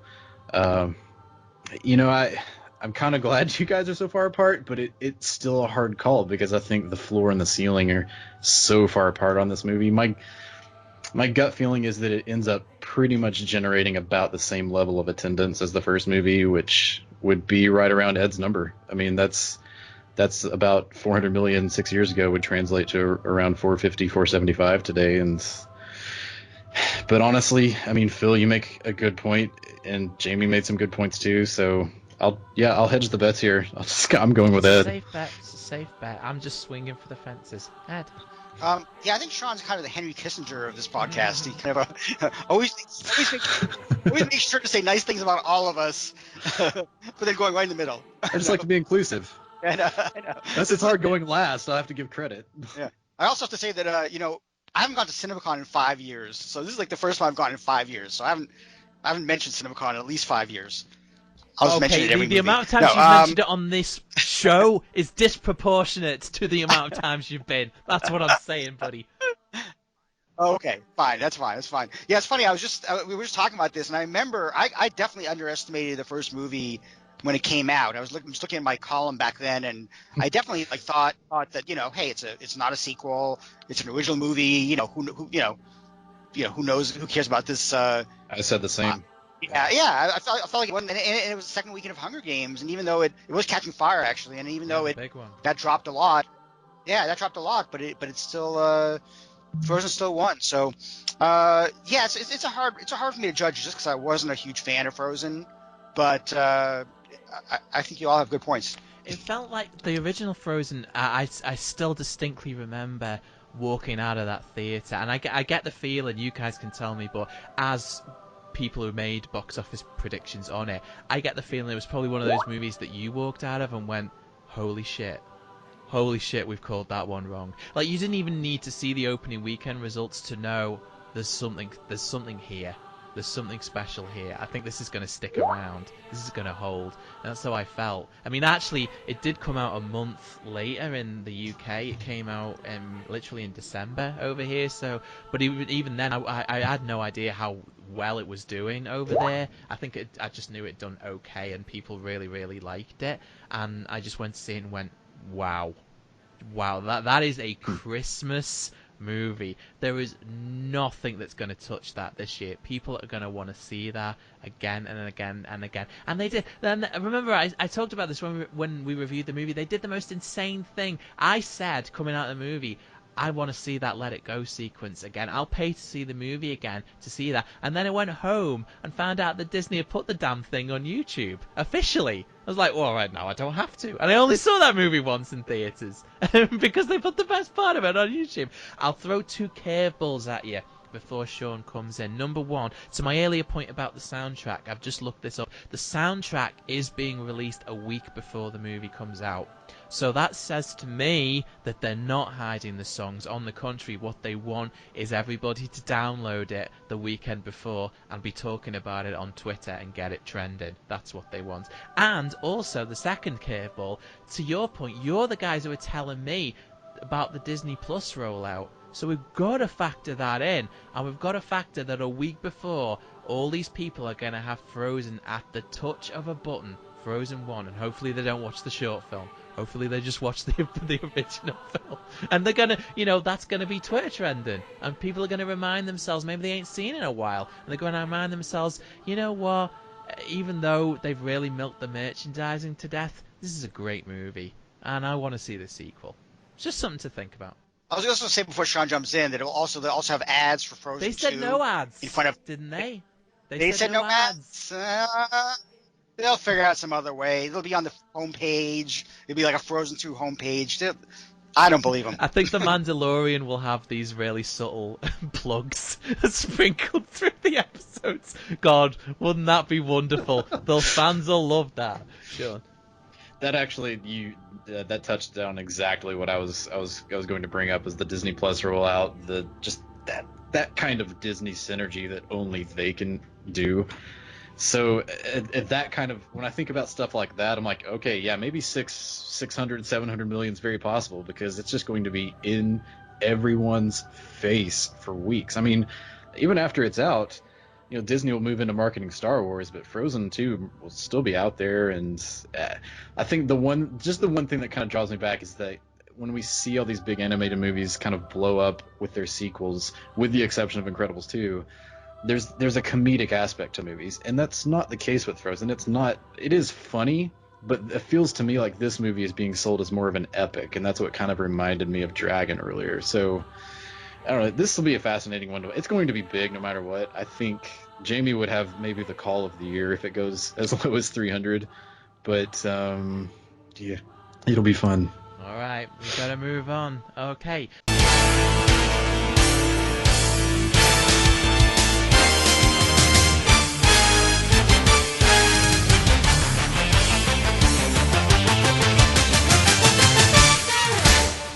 So, also opening on November 22nd is A Beautiful Day in the Neighborhood. I think you're up, Ed. Well, since I know that you're going to do 500 million, I'm going to go 490. No, I'm totally kidding. Hello, neighbor. You got the 10 million. Yeah, it's interesting. Again, I didn't see anything about this at CinemaCon, but also I didn't go to TIFF, so I still haven't seen this movie yet. A lot of people have seen the movie. As well as the next movie we're going to talk about, as well as Ford versus Ferrari. They're all movies that I haven't seen to really know how they play. I think people like it. I think it's awards contender, although, after Tom Hanks was snubbed for Captain Phillips and for that Disney movie whose name I forget, Mr. Banks, Saving Mr. Banks. Yeah, I think he was snubbed for both of those roles, and he was supposed to get nominated for both. He got snubbed. So this movie. I mean, obviously, Mr. Rogers is beloved in America. I am definitely no exception. The documentary last year did better than anyone expected, and then still didn't get nominated for an Oscar. Just have to add. But Yeah, so I think there's a Tom Hanks factor. It is opening the same weekend as Frozen. Different audience, I think, in some ways. But I don't know. I don't know if this is really as populous a film as I was expecting last year. I mean, I really thought that this was going to be like one of those, oh, it's Tom Hanks and Mr. Rogers. Oh my God, we love Tom Hanks, we love Mr. Rogers.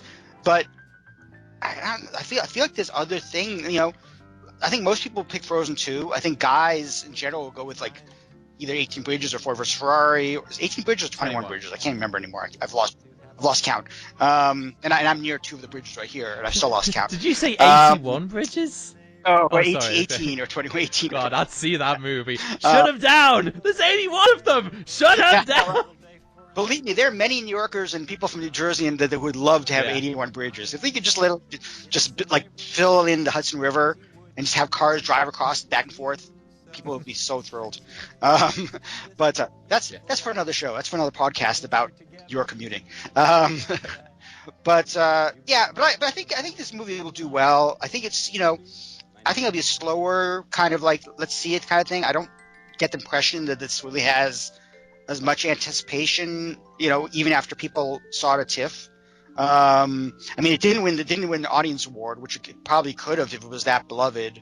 But I'm going to go 80 million, which I think is a fairly decent, awardsy type number, maybe on the lower end a little bit. But I mean, I think if we see Tom Hanks start getting nominated for Golden Globe, stuff like that, maybe he'll get start getting a little more of a push in January, and maybe get a little more bit of a tail, get re-released. But I think 80 million is a pretty good number, assuming that the movie doesn't get as big a push as some people think. You took my number.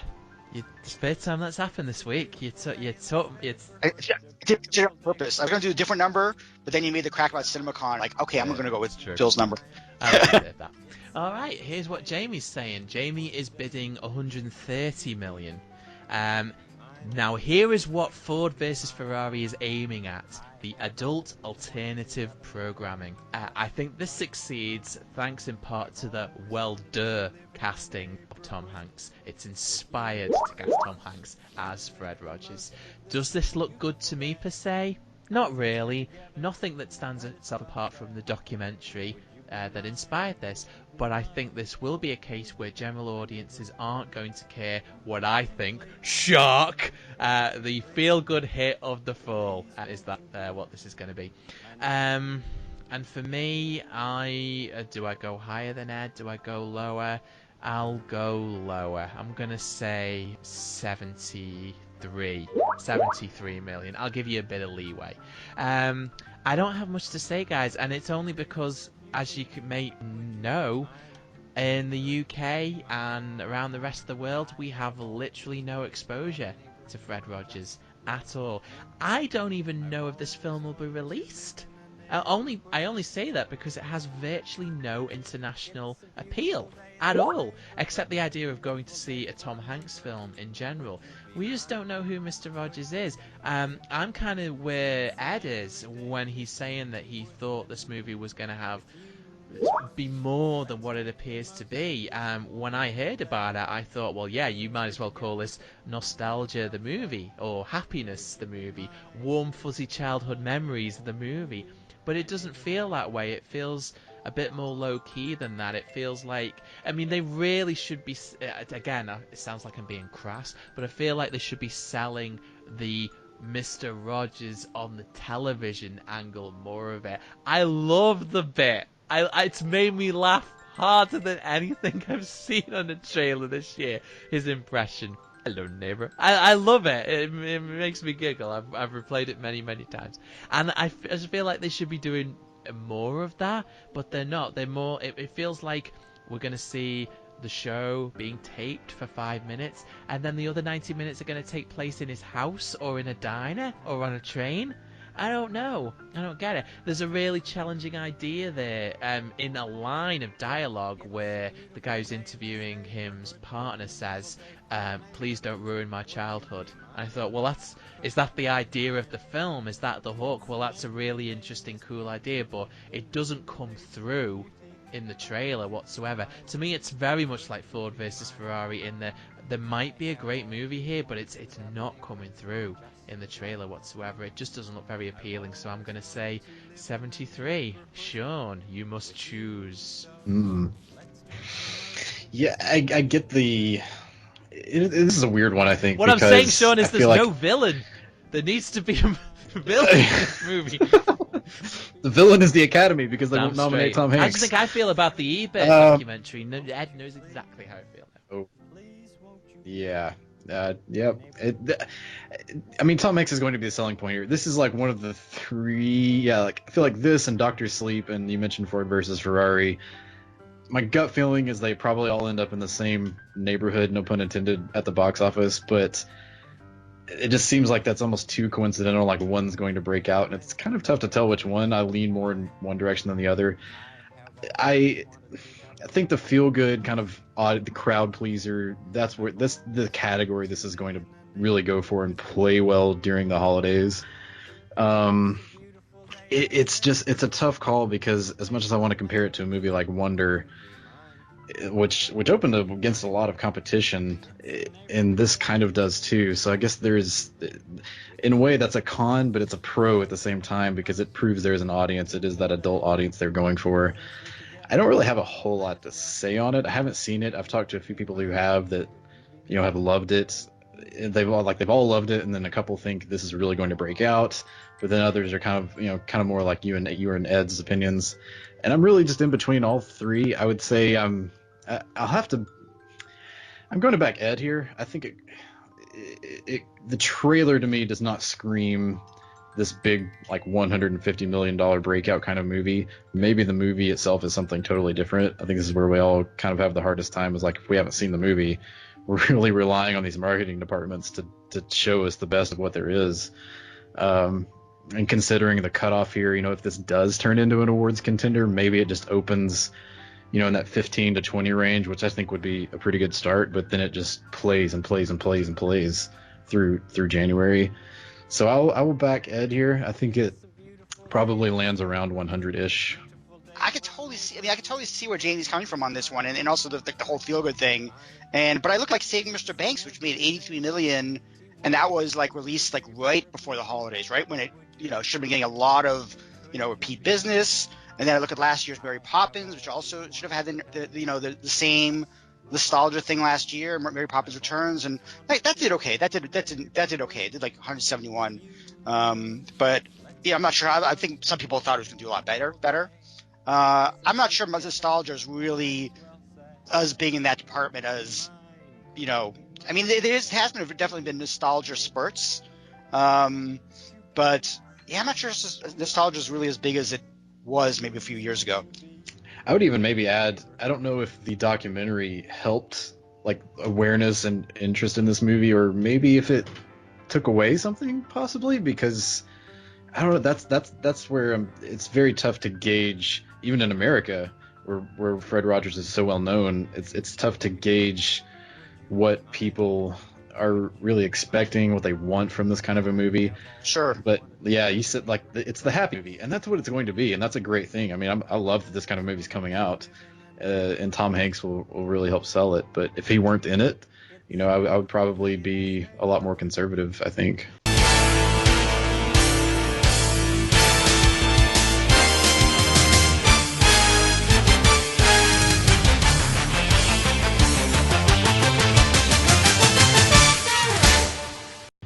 November 27th, with apparently no competition really, is Rian Johnson's new film, Knives Out, and Jamie's going first on this one. Jamie is bidding $45 million, and I'm going to try and keep the venom to a minimum here, but I'm going to try and represent how he would say this. Film Twitter will bend over backwards to praise this for their pal, Rian Johnson, as they did for Looper and The Last Jedi. I like what this film represents, the return to the good old-fashioned whodunit mystery, but this film looks like a big fat slice of with Daniel Craig, a wonderful actor who cannot open a movie without 007, sporting the biggest what the fuck southern accent. That's what Jamie thinks. And I feel a little more optimistic personally. Although I get what he's saying. I mean, Rian Johnson seems to make films that critics love and some people in the general audience might love, but the mass audience doesn't necessarily connect with. When he's making smaller scale genre movies like this, it won't matter too much. There's only so much a murder mystery can do. I don't think it's going to do, obviously the obvious comparison we probably all went straight to was Kenneth Branagh's Murder on the Orient Express, and had a look at how that did. I don't think this movie's going to do as well as that. A little bit lower, but still a success. I'm going to say 95 million, actually. I think it looks like a lot of fun, and the critics seem to love it, and I'm certainly going to see it. And if the Oscar buzz is what people are saying it is, I'm probably going to be wrong about what I'm saying, but 95 is where I'll go. Ed? What? 95 million? Wow, okay.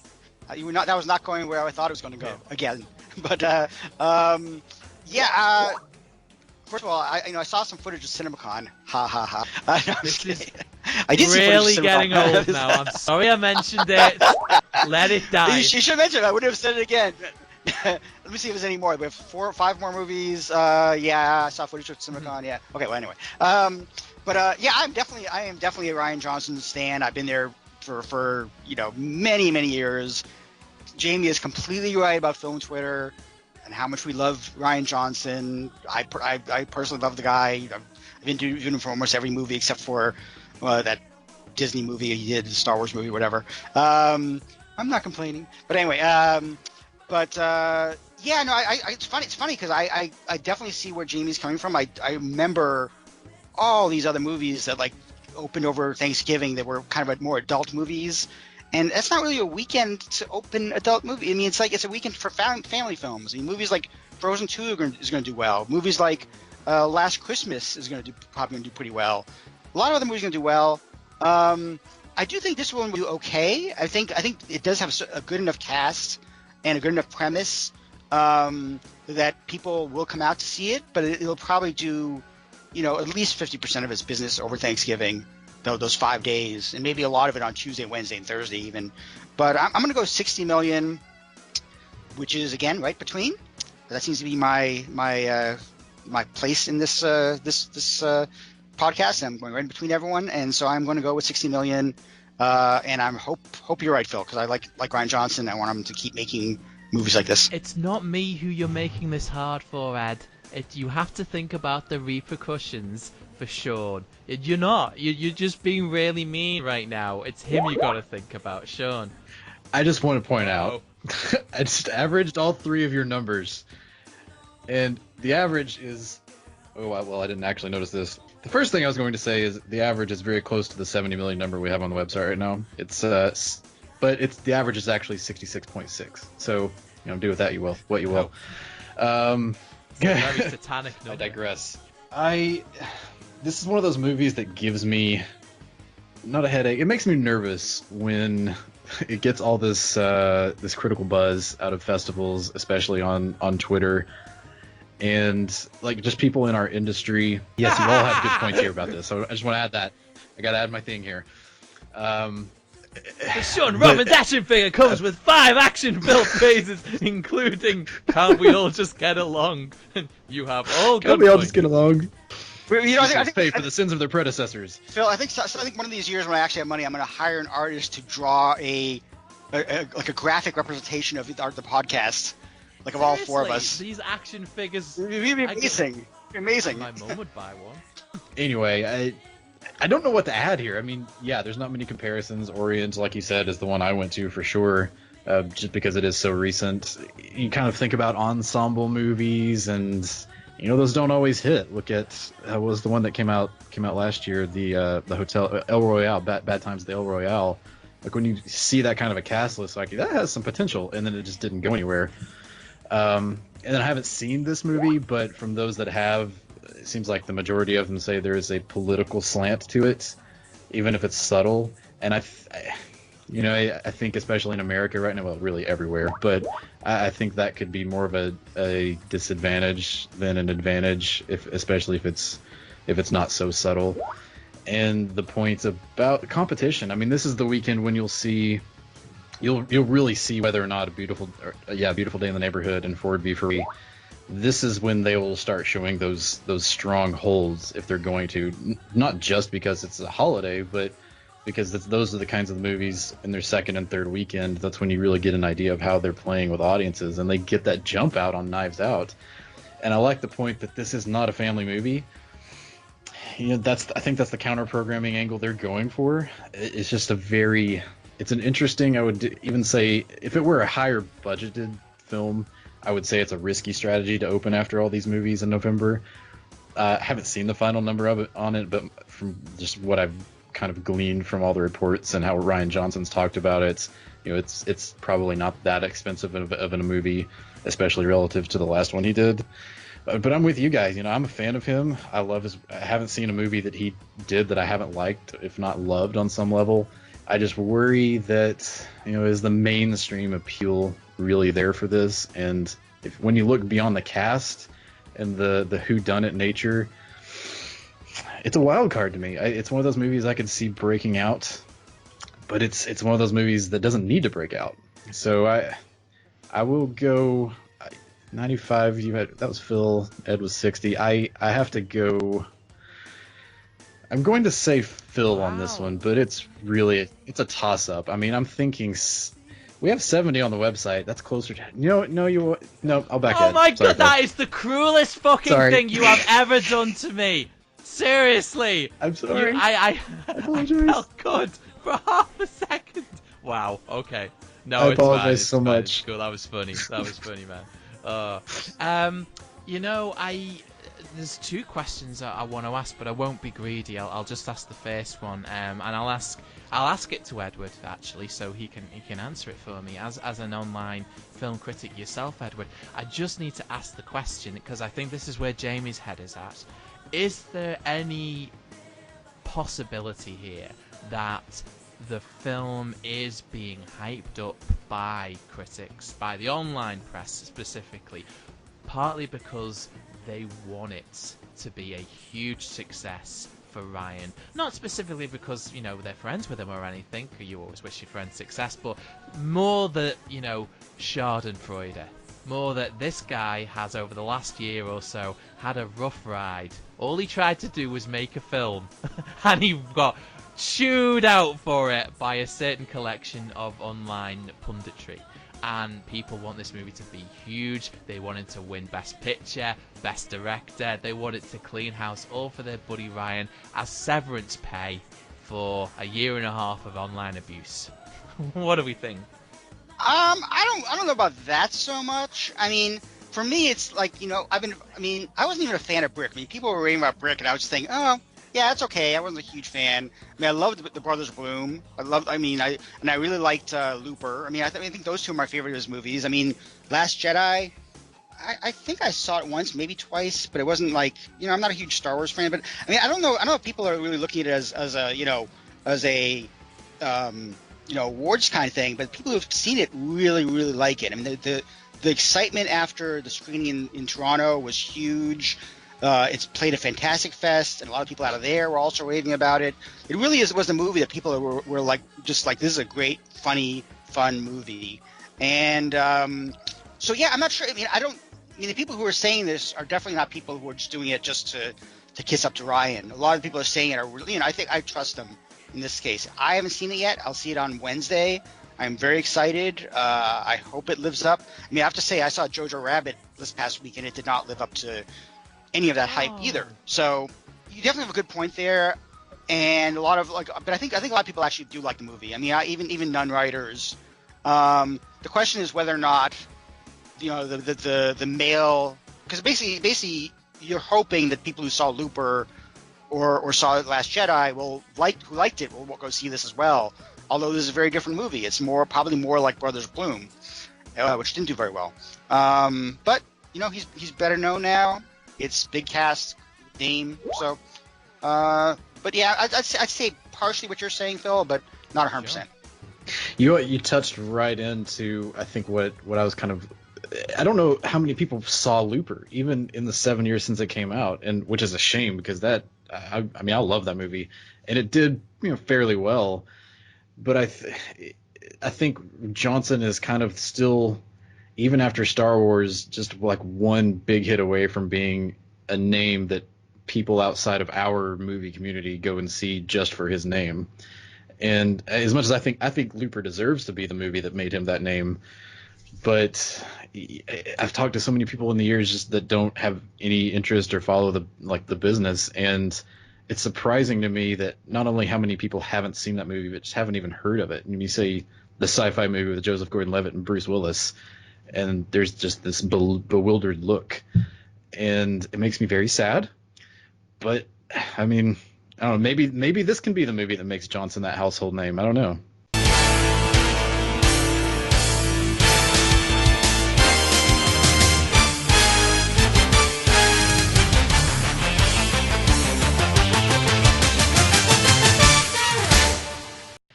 There really is a bit of a gap in the schedule, just generally in terms of movies. Nothing more opening until December 13th, when Black Christmas, which we all decided to skip, goes head-to-head with Jumanji: The Next Level. Let's just say it again, folks, because we never had a chance to say it on this show. Opening weekend, 36 million. Domestic total, 404. I have not seen a box office haul like that since Frozen, I guess. Avatar? I don't know. No one could have called it. And I don't know that anyone is qualified, really, to say what this will do. There really are two kinds of sequels that get made. The ones that people would like to see, and the ones that nobody asked for, but the studio didn't get the memo. And to a certain degree, I keep picking on it, but it feels like Lego 2 fell into that category. Nobody really wanted it, and they paid the price for it. I feel like this is the kind of movie that people would like to see and are gonna see, even if it looked like garbage. But the idea that the trailer conveys is delightful. The concept of the heroes being video game avatars means that you can have them played by different actors than they were in the last movie. And only in this crazy concept do we get a film where Dwayne Johnson is played by Danny DeVito and Danny Glover is played by Kevin Hart. And that's the bit that got me. In the trailer, watching Kevin Hart play Danny Glover just tickles me so much. He just seems to have it down. Certainly the facial expressions, it just looks great. Honestly, I had to throw a number at a board for this one because I was racking my brain, and this is where maybe you guys can help me out, because I just couldn't find a comparison to a past franchise that I really felt I could compare this to. When was the last time that we had a family-orientated live-action franchise that was clearly skewed towards families with younger children, that could so easily be labelled as kids' adventure film? It looked like, let's be honest, the first one looked like Journey to the Centre of the Earth, and it didn't help. The Rock was in that too, or the second one anyway. Brendan Fraser was in the first one. You just think that teens aren't going to show up for this. 20-somethings aren't going to show up for this. They have no interest. And it ended up being that big. And actually, looking at it, not adjusted for inflation, 404 million domestically, that beats all the Harry Potters. If you don't believe me, look it up. So, if we want to take the argument that the first film did so well due to weak competition and The Last Jedi didn't turn out to be the repeat business monster that we thought it would, well, I'll counter that point just by saying that the competition's the same this year, and I don't see the result being any less. Frozen will have been out for 3 weeks by this point, even though I think it's going to be a monster. I'm basically thinking what I think Ed is thinking for Frozen, a bit more, but not too much. I'm going to say that for Jumanji. I'm going to say 440 million. I'm not feeling too confident, but that's what I'm going to say. Ed? Well, you said some of the things I was going to say, including the fact that that first movie did 400 million because it didn't have much competition. I remember it even was number one again, like in late January, it became the number one movie again, just because people liked it a lot. It was a lot better than it looked in the trailer and the marketing, and I actually liked it better the second time I saw it. I became almost obsessed with the movie. I mean, I think Jumanji, Welcome to the Jungle was kind of my Frozen in some ways, because I just became kind of obsessed with the movie. But to the point where I think of a scene right now, I'm thinking of it, and it almost makes me laugh. But the thing is, the big difference is this is going to open earlier in December. It's going to open before Christmas. You know, the last one opened right on Christmas, if I remember right. Because it opens before Christmas, it could generally do better, but it's not going to do 100 million. It's not going to do 70 million or 60 million. It'll probably do about, you know, Sean just mentioned it opened on December 20th, so it opened right before Christmas, which is also not a great time. When you open right before Christmas, like that close, that weekend before Christmas, people are going shopping. They're not worrying about movies. That's why the movie opens so low. You know, maybe it would open 55 million a different weekend.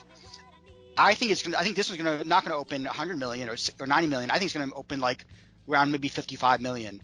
And because it opens bigger, and because it has a Star Wars movie opening a week later, I don't think it's gonna have the legs of the last one. I think it's gonna have. I mean, if it opens 55 million, my number is 225, which is quite a bit lower, but it's still 4 times that opening, which would be a very decent holiday. Not a huge holiday, but it's a decent holiday. I don't want to say that I'm not expecting it to be as funny as the first movie, but you know what? It's a sequel they're releasing, you know, much closer than a lot of the other sequels we've been talking about, 2 years. But it's also opening in a holiday with, you know, Frozen and another Star Wars, which hopefully stronger. Cats maybe even might be smart. But I think there's other movies to see than Jumanji, and I think it's again, I think sequelitis will hit this more than some of the other movies. But 225 million would still be a decent for domestic for that movie, in my opinion. Well, Sean, if you think that Jamie's going to make this easy for you, sorry, you know what he's like.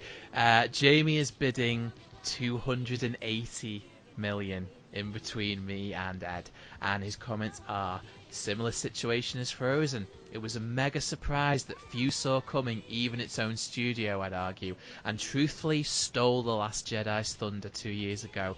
But if you're going to face them off head to head again, you better bring the goods. Alas, this offers the classic more of the same, but bigger mantra from tired sequels. Dwayne Johnson as Danny DeVito, Kevin Hart doing a Danny Glover impression. Is that all they have? Because that's what it feels like. That's what Jamie says. Sean. I want to start off. You mentioned what was the last big family adventure franchise like this, and there are two that I really jump out to me. The one is more recent, The Hobbit. But the biggest one to me is Night at the Museum, and that's what this reminds me of. First movie came out of nowhere, no one expected it, and it played like for a long time into the new year. And it opened, I think, they both opened around Christmas. And it's star-driven. I mean, really, the similarities are kind of eerie. They're almost the same movies on the surface of it in that way. But that's kind of then you saw the second movie dropped about, I think it lost about 30%, and it was still a big hit, but it was, you know, significantly down from that first movie. And that's what I see happening here. It's look, they really captured lightning in a bottle in that first one. It was the perfect cast with this. It was a family adventure movie that hit all 4 quadrants. Everyone can laugh at that movie. And I think that might be the same with the sequel, but something Jamie always says is, where's the hook? And the hook is there, and I think people want another dose of that hook, but it is still the same hook. And that's what holds me back on thinking that this can kind of break out in the same way again.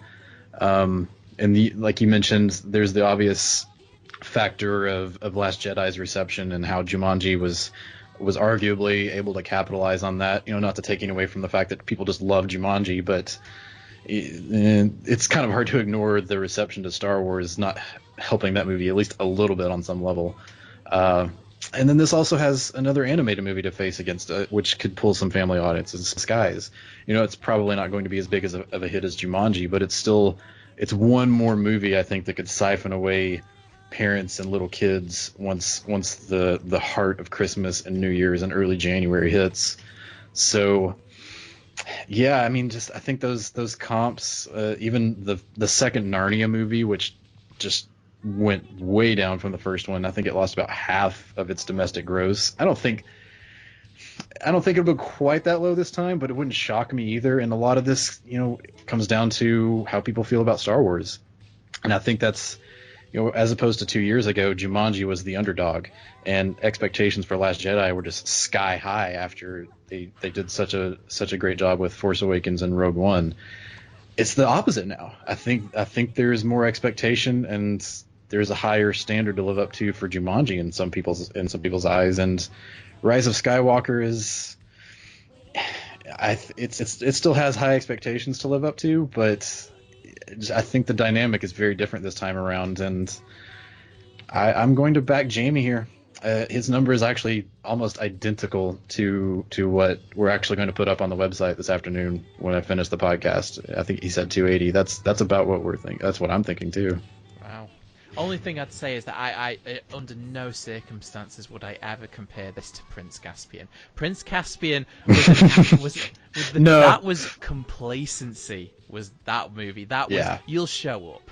Of course you'll. That's worst case scenario. Yeah. That was totally misunderstanding the audience, and that was just that was almost heartbreaking. Yes. I mean, okay, you saw it at CinemaCon, Ed. I get it. Fine, whatever. We're not talking about this anymore.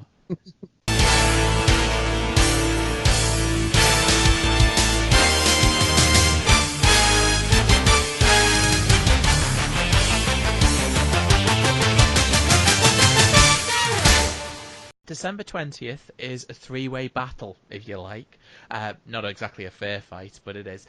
Between Bombshell, which is the movie about women working at Fox and finding out it's not such a nice place to work. Cats, which we'll talk about in a minute, maybe 30 minutes. And Star Wars: The Rise of Skywalker. Ed, over to you. Yeah, I mean, it's interesting because it is a sequel to The Last Jedi, but in some ways it's more of a sequel to Force Awakens because it's J.J. Abrams back. Presumably, anyone who had issues with Last Jedi, won't, it's back to J.J. Abrams. So presumably he'll make the finale he wants to make, and maybe the direction he was going originally. But yeah, it's interesting because I think it'll do better than Last Jedi, but I don't think it'll do the Force Awakens numbers. And the reason I say this is because I'm looking at Episode 1, 2, and 3, which all came out in May during the summer rather than over the holidays, and Phantom Menace made more than both of those movies. I mean, Episode 3 kind of came up a little bit, but Episode 2 came down. I think a lot of it was the long gap between movies, and I think that helped boost Episode 1. I think it also helped boost Force Awakens. But now it's 2015. It's been 4 years, and we've had 1, 2, 3 other movies. We're going to have another TV show. We've had a lot of Star Wars. We have video games, we've had cartoons.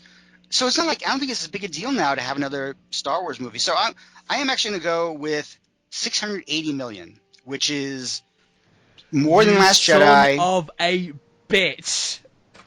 Did I do it again? Did it again. God. Man. Well, you got $10 million either way, so you can go one way or the other. $680 million. I don't think it's going to do a Force Awakens kind of thing. I don't think we're going to have any worries there. I think 680 will be good, but it's not going to make it be another record breaker. I don't know. I think it might do better opening than Last Jedi as well, or somewhere around. But we also have to remember that the Last Jedi haters might be a little tentative to go see it as well. So. Oh, blimey! Right. So what's Jamie saying? Jamie is saying 560 million, so you've nothing to worry about from him. And his lines are, made my case too many times now. I expect Rogue One level numbers, and he has said this for years, folks. Yes, there is a statistic to point out, which Ed has just mentioned, that there is an increase from the second chapter to the closing chapter of each trilogy. But Return of the Jedi, and especially Revenge of the Sith, had hooks. The Rise of Skywalker just doesn't. And there wasn't this level of overexposure with the Star Wars IP in 83 and 2005 like there is now. I'm going to mention that too, actually. And I'll even just let Ed know that I'm not making it up. I'll let him in on the geek mathematics that was leading me to come to 680. Because that was my first approach. I just look at the breakdown of the first two trilogies and I compare the grosses between each film, and you find that commonality. The first film makes the most money, the second film the least, the third lands somewhere between the two. But there is another element that we need to consider, and Jamie hit on it. Return of the Jedi and Revenge of the Sith had in spades hype, anticipation. Call it what you want, I ain't feeling it myself for Rise of Skywalker. I do not sense the world is waiting for this film the way that we just felt it with Endgame. It feels like appropriate to talk about this right now because it's all still fresh in our heads, certainly fresh in mine, how I felt in the first half of the year, waiting for Endgame to come out, waiting to get my tickets, standing in the lobby, waiting to see it for the first time. This should be Endgame all over again. And it's not. I mean, for God's sake, this film's being billed as the end of the saga, not just this new trilogy.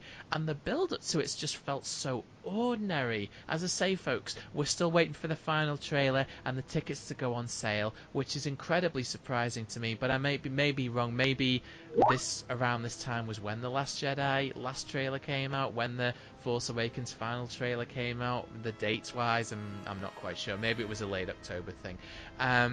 But whenever it comes out, I think there's a big problem here. I think if we know anything about marketing, we know this, folks.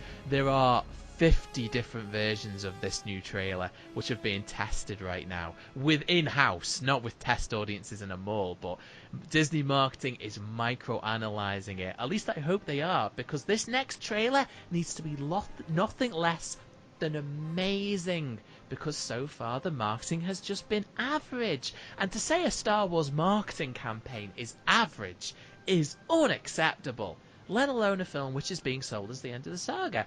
Disney has, in my opinion, managed to do the unthinkable. But the thing that perhaps a lot of us feared that they would do once they agreed to start churning out one film a year, they've made Star Wars into something ordinary. Now, it's still a quality brand, and I personally love it more today than I ever have.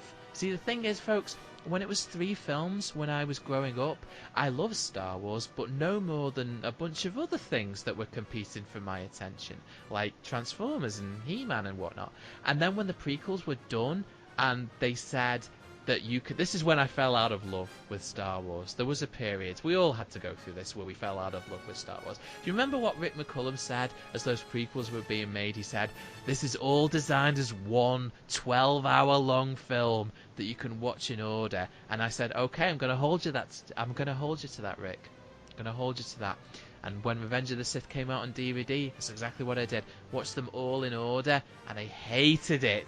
It's not that I hated the individual films, but it did not work as one continuity. The continuity between the prequels and the originals did not mesh at all, and I just couldn't buy into it anymore. And then when that Clone Wars movie came out in 2008, I saw the poster in the lobby, and I said, yeah, we're breaking up. I'm done. But so much good work's been done since then with the Clone Wars TV show and the Rebels, and I've loved all the movies. And it feels now like this giant mosaic of storytelling that feels huge again. So I'm into it. And personally, I love what... Shut up, Ed. Well, I love what I've seen about... He's napping while I'm talking about Star Wars. Fine, whatever. I think I represent the people more than he does on this particular issue. I love what I've seen of this film personally, because I love Palpatine. He's my favourite villain. So when they debuted that teaser trailer, it felt like fan fiction. That it felt so unreal that he was coming back. But I know that doesn't really mean much to other people, and it smells like desperation to others. So even though I love it, I can be objective about it. I understand that's a problem. I love what I heard about the film in the Vanity Fair article, that we're going to see the origins of the First Order and where it came from, and we're going to see the Knights of Ren and maybe tie up all these loose ends in a satisfactory way. Who the hell knows? We're certainly curious. And by the way, I'm sorry, but try Try and convince me, as much as you hate it, and as much as you hate where the story's gone, that you ain't curious too, that you don't want to know where the story's going to go. And the worst thing is, I am sorry, but I have to do this. This is really, really important. The idea that you are going to boycott the film, that you're going to still pirate it, because of course there's no way that you can resist seeing it. You just don't want to give this organisation your money, but you're still going to actually pirate the film so you can get the answers to those questions because you're still that curious about it and you can't actually turn off that part of your brain. Is contemptible. There's no excuse for it. You can't rationale it. You can't justify it. If you want to see the film, you should pay to see the film. We're talking about basic ethics here, people. Sorry, just had to get that off my chest. There was a YouTube channel which I loved, and unfortunately I've fallen out of love with because that's exactly what they did. They didn't like the new direction that Star Wars was heading, and I get it. I totally understand that. But when they stop derailing me, they're going crazy in the chat here, folks. Maybe I should post it. Then you'll know what they feel when I start doing this. But this YouTube channel, they said they didn't like the direction Star was going, but they've been paying to see the films. And then they specifically said, I didn't pay to see The Last Jedi. No. They paid to see The Last Jedi and they didn't like it. They didn't pay to see Solo. They didn't pay to see Solo, but they still downloaded it. And there's no excuse for it. And I had to stop watching them. Anyway, so people are going to see it. It's just that it's a climax to 9 films, and that's an ambitious goal. I'm on board, but that's just me. Last Jedi, which I loved, split the audience in half. I can admit that. I sat in a theatre, packed 3 times, twice opening weekends, the third time it was Christmas week, and every single time I could tell the audience just was not going with the picture as a whole. So I understand that. And it made the cardinal sin of any middle act. It ended the story. It should have felt like Infinity War, and it didn't. So it really comes down to the bottom line. What's the bottom line of what a final movie in a Star Wars trilogy can do? Because I figured out the geek mathematics. Return of the Jedi made 67% of what Star Wars made. Revenge of the Sith made 80% of what Phantom Menace made. So I just came right in the middle there and said, well, I'm going to go like 73%, which came out to 683 million. And Ed's taken 680. Do I go higher? No. I'll go 670. I'm gonna go lower. I hope Ed's right. That's all I can say to make him feel better. I hope Ed's right. I hope it's a smash, but no. 670 million. Feel good about that. Sorry about the filibuster. Do apologise. It's just Star Wars. It's just passion. Sean, take as long as you need, my friend. Where do I start? Well, first I'm going to have to re-crunch my numbers a little bit. I honestly thought you would take the over on Ed. So let me think about that while I talk. Both of you touched on a lot of the same stuff, so I'm going to try to shorten this as much as I can. I will start out by saying this. This is one reason I think Jumanji opens well but still has legs, because a lot of people, regardless of the feelings on what happened with the last 2 movies, people are still going to want to see Star Wars. By that same token, though, we should not be surprised if this does not open to 200 million. Because out of all the other reasons mentioned, it's opening 5 days before Christmas. That's the closest out of any of these movies have gone so far. I think Force Awakens had a week and a half, or a week jump, or Last Jedi had a week and a half. I might be flip-flopping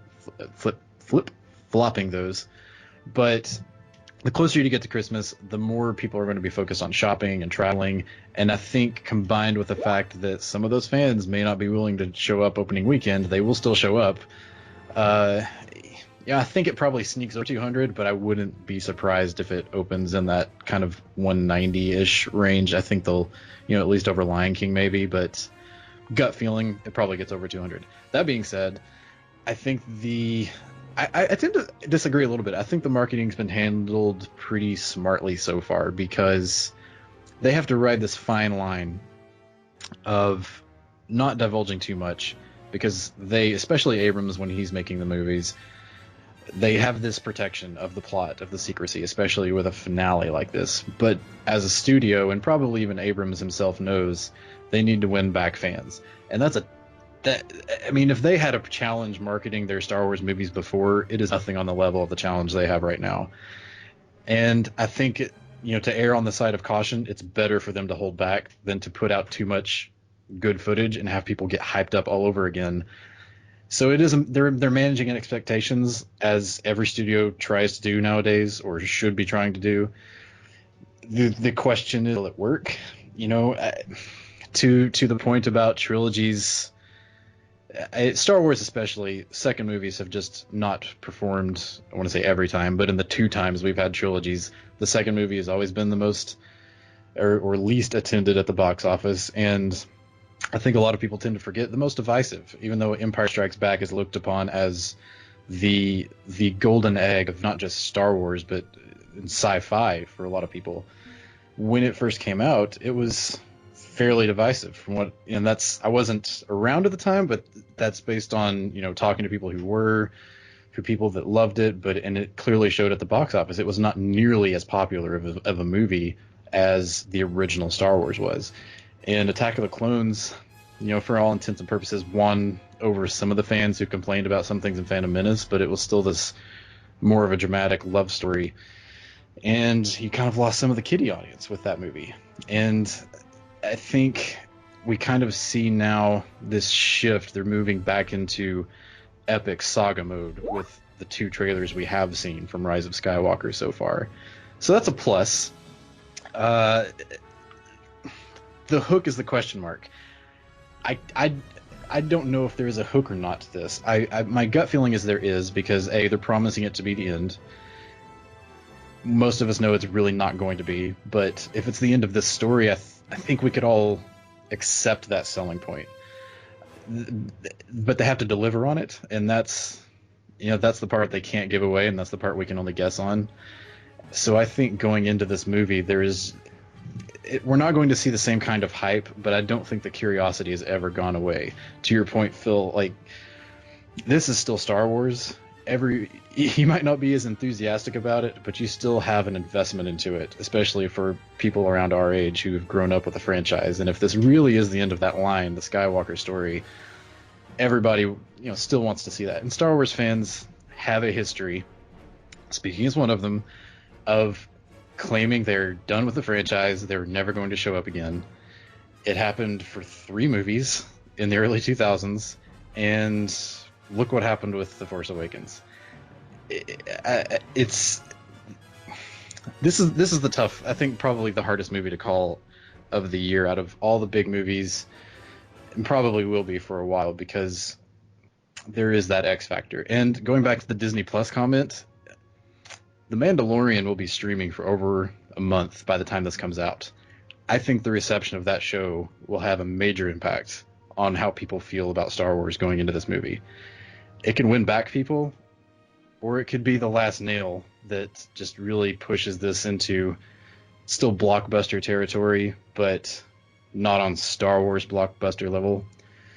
And it's a brand thing. It might not even be this movie's fault at that point. It's just so hard to predict, I think, partly because of that. But I don't know who to back on this one. It could go any of these 3 ways. I don't even think Jamie's 560 is the worst case scenario, but I could see. I think this will end up opening definitely the lowest of this new trilogy. Should still beat Rogue One, but I think the staying power will probably be there. If this is another Abrams level kind of Force Awakens movie that does win back those audiences that weren't into The Last Jedi, the staying power might not be quite as strong as Force Awakens, but it's hard to imagine it being more front-loaded than Last Jedi was for a lot of those reasons. So, I don't know, guys. I want to come back to it. Let's save that. I'll save that for last. I got to think about this a little. It's going to be a Shawn Robbins tradition. He's going to have this one movie that he's just going to, Yeah. Brilliant. I get it. Ed. So, What's that? yeah. Oh, he's Is it, is it February already? Is it what? Yeah, wait, you is it won. February? Well Did I done. win? Did I win? Yeah. I won! Woo! Woo! We're predicting Black Widow now. How is Star Wars? How is Star Wars Rise of Skywalker? Was it any Sucked, good? man, but Mandalorian, it was great. Dave Filoni should run everything. Oh my god, yeah. Oh man. Wow. Okay, so I want to say, so it's really interesting the fact that we have a 10 million difference between us, and it's literally like it might be one of those like 676 or 681 or I mean it just feels like, and then there's this huge like pretty big gap Do you between have yours 50 and James. friends that you can call to help you out? I might have to do it. I might have to just start working a little harder this November to buy extra tickets if I need that extra push. But but it's interesting. But the funny thing is, there's one of the traditions over the summer was, high man and low man tended to win a lot, and but I'm in the middle a lot for a lot of these things. I realize now, but I mean I don't know. I think it's just interesting. But what I wanted to mention, which is probably going to be revealed. I'm assuming the trailer is going to hit tomorrow. I'm assuming tickets are going to go on sale tomorrow. But I also have heard, and this is sort of a movie Moan scoop. If it turns out true, I've heard that they're literally going to do a 9-episode marathon or 9-movie marathon of all the other movies, all the six George Lucas movies, the other 2 prequels. I don't know if it's going to be the 2. I'm not sure about Rogue One and Solo. Was there another spinoff, or was it just those 2? Just those 2. Those 2, yeah. I'm not sure what those do, but I've heard definitely they're going to do like a 9-episode theatrical marathon. I don't know what the tickets are going to go for. I can't remember. Do you remember what the Avengers Insane Marathon went? How much that was? Too much. It was a lot. Like $100 Yeah. or something like that, or was it more than that? I can't remember. I know they did the 6-episode Star Wars thing before Force Awakens because I went to a few of them, but it wasn't near the price. Yeah, MCU's thing was a lot more expensive. Costs. Yeah, You can just watch them all on Disney Plus. What are you gotta do that for? Oh, It's not the fine, same. It's true. It's not the same. But it's not. But the thing is, I think that 22 movie marathon might have been part of what bumped up the Avengers Endgame numbers. And if that's the case, it'll probably do the same for Rise of Skywalker. And so I'm saying, if they announced if this is part of the announcement, if they announced the ticket sales and they announced this marathon, which is either AMC or some other thing, then it could bump up that opening to at least very close to what Force Awakens opened to, which is 250. So that's what I think. Yeah, but I'm still happy with my number. So as long as it makes more than 675 million, I'm in. I don't know. I mean, that's a good point about the marathon sales. Like that could add. I think that could be the push over 200. But I would love to. I mean, I'm trying to come at this as subjectively as possible, but I'm kind of in the same camp as Phil. Like I'm a fan. I'm trying to go into this with every reasonable expectation, and I want to think people are still going to show up, and I do think Star Wars is still Star Wars, and it's obviously not on that Avengers Endgame incoming goodwill at the moment, but I don't know, help me. It's a hard call. I'm more confident in that opening number. It's just, how do you deliver on the promise of ending this? I mean, they're doing something even Marvel hasn't done. Yeah, Marvel did it for 10 years, but if they can really pull it off, they're ending a story that's been told for over 40 years. That's new territory. I mean, how are people going to react to that? And I do think younger fans are not as divided on the new movies as our older generation kind of makes it appear on social media. It's not really ending anything. I mean, there's already 3 more Star Wars movies or 4. There's so many more. It's not ending anything. It's not really. I mean, even Endgame is probably not ending anything. So. Exactly. The cliffhanger argument I was mentioning before doesn't necessarily hold water when you think about the prequel trilogy, because Attack of the Clones didn't end on a big cliffhanger. It's just that you knew with Revenge of the Sith that it had all the good stuff. So however you felt about the previous movies, this is what you wanted to see. And with this one, it's just, I just gotta go back to this, guys. I can only speak from my personal experience, but I was born in '83, but I can go on YouTube and I can see those wonderful news reports of the lines in New York for opening day of Return of the Jedi, all those people skipping work, you're not, you felt like, oh, well, at least I felt like I was hopping in a time machine, and I was feeling that palpable sense of hype, and seeing all those people lined up is like, man, you've not seen anything from this movie practically, because that's how movies were marketed back then. You're about to see this movie, you're so close, just a couple more hours, how must you be feeling? You felt that. And then when, even though I should have known better, I suppose, the month leading up to Revenge of the Sith, I was just like, I was buying everything. I was a slave to Lucasfilm consumer products because I was just so eager for it to come out. And by the time it came out, I knew everything about it before I saw it, but I still had an amazing time. And it's just not there. You can't really quantify hype. It's something there. It's something tangible. You can feel it. The proof in the pudding will be if I can book my ticket for the opening night IMAX show without trouble, without the site crashing on me, then I know we're in fucking trouble. That's all I'm gonna say about that. That is a great point. Yeah, that kind of going back onto the hook, I think you mentioned Palpatine, and that feels like the hook.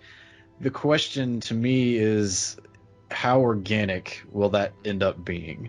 Is it something they're doing for fan service?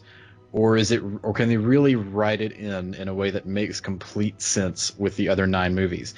And I'm actually not that skeptical about it, because he really has been the villain. He always has been the ultimate villain. Vader is kind of perceived to be, or at least used to be, especially before the prequels, but we know now that was not really the case. That's like, which way can they go? Which way will they go?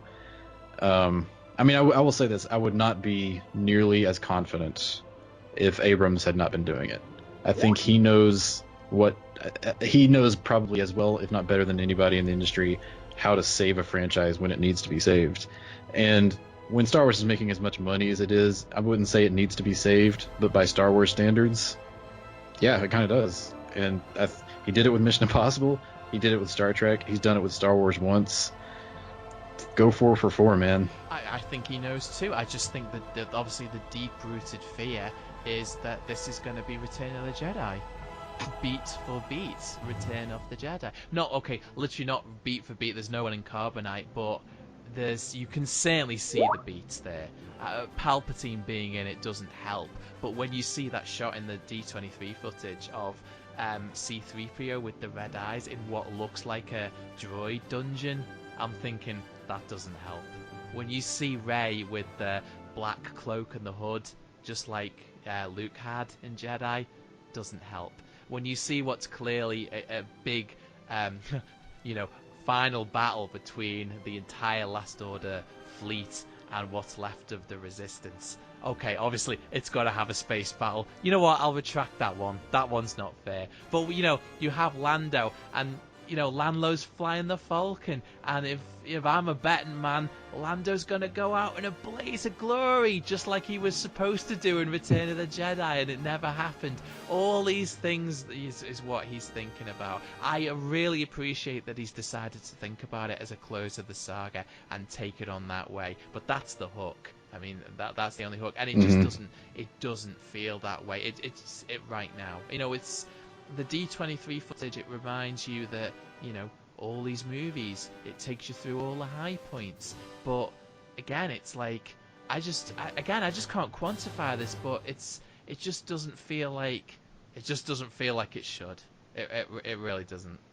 If Luke shows up in the trailer, we'll see if that changes. That is true. And again, it's like, we'll see. Folks, if tomorrow when that trailer hits, when I'm praising it on Twitter, feel free to say, Phil, you bipolar motherfucker. Please shut the fuck up. Okay, folks, let's move on.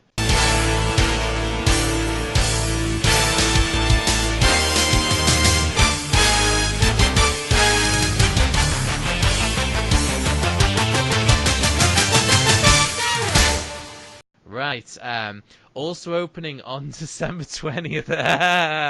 Oh boy, it's Cats! Oh, I forgot we had to talk about this one. Whose go is it? It's Jamie's go. You're gonna like this, guys. Do you know what? I've never done this before, but I would love to know, guys, what do you think Jamie is bidding for Cats? I think he's going to say 50 million. Sean? I was thinking similar. Yeah, maybe. You know what? I'll say 40 just to say go Wow, lower. he's so proud of you. He's saying 60. He's saying 60. Oh, And Oh, his okay. quote is, and I quote, "The disaster for our time. That will only manage to do 60 million thanks to holiday legs. Holy God, will this get laughed off the screen?" If Jamie was here right now, might be having a fight with him because I got something to say about that, but maybe you guys agree with him. All I'll say is that on the surface, I feel like it's the next inevitable hit. Tom Hooper directing his musical follow-up to Les Mis, which made $148 million domestically, by the way. 2 years ago, that amazing Christmas underdog hit, The Greatest Showman, made $174 million. Cats built Broadway.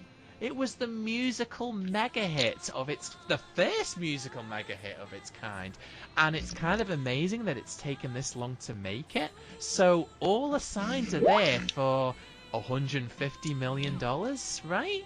I'm saying 140.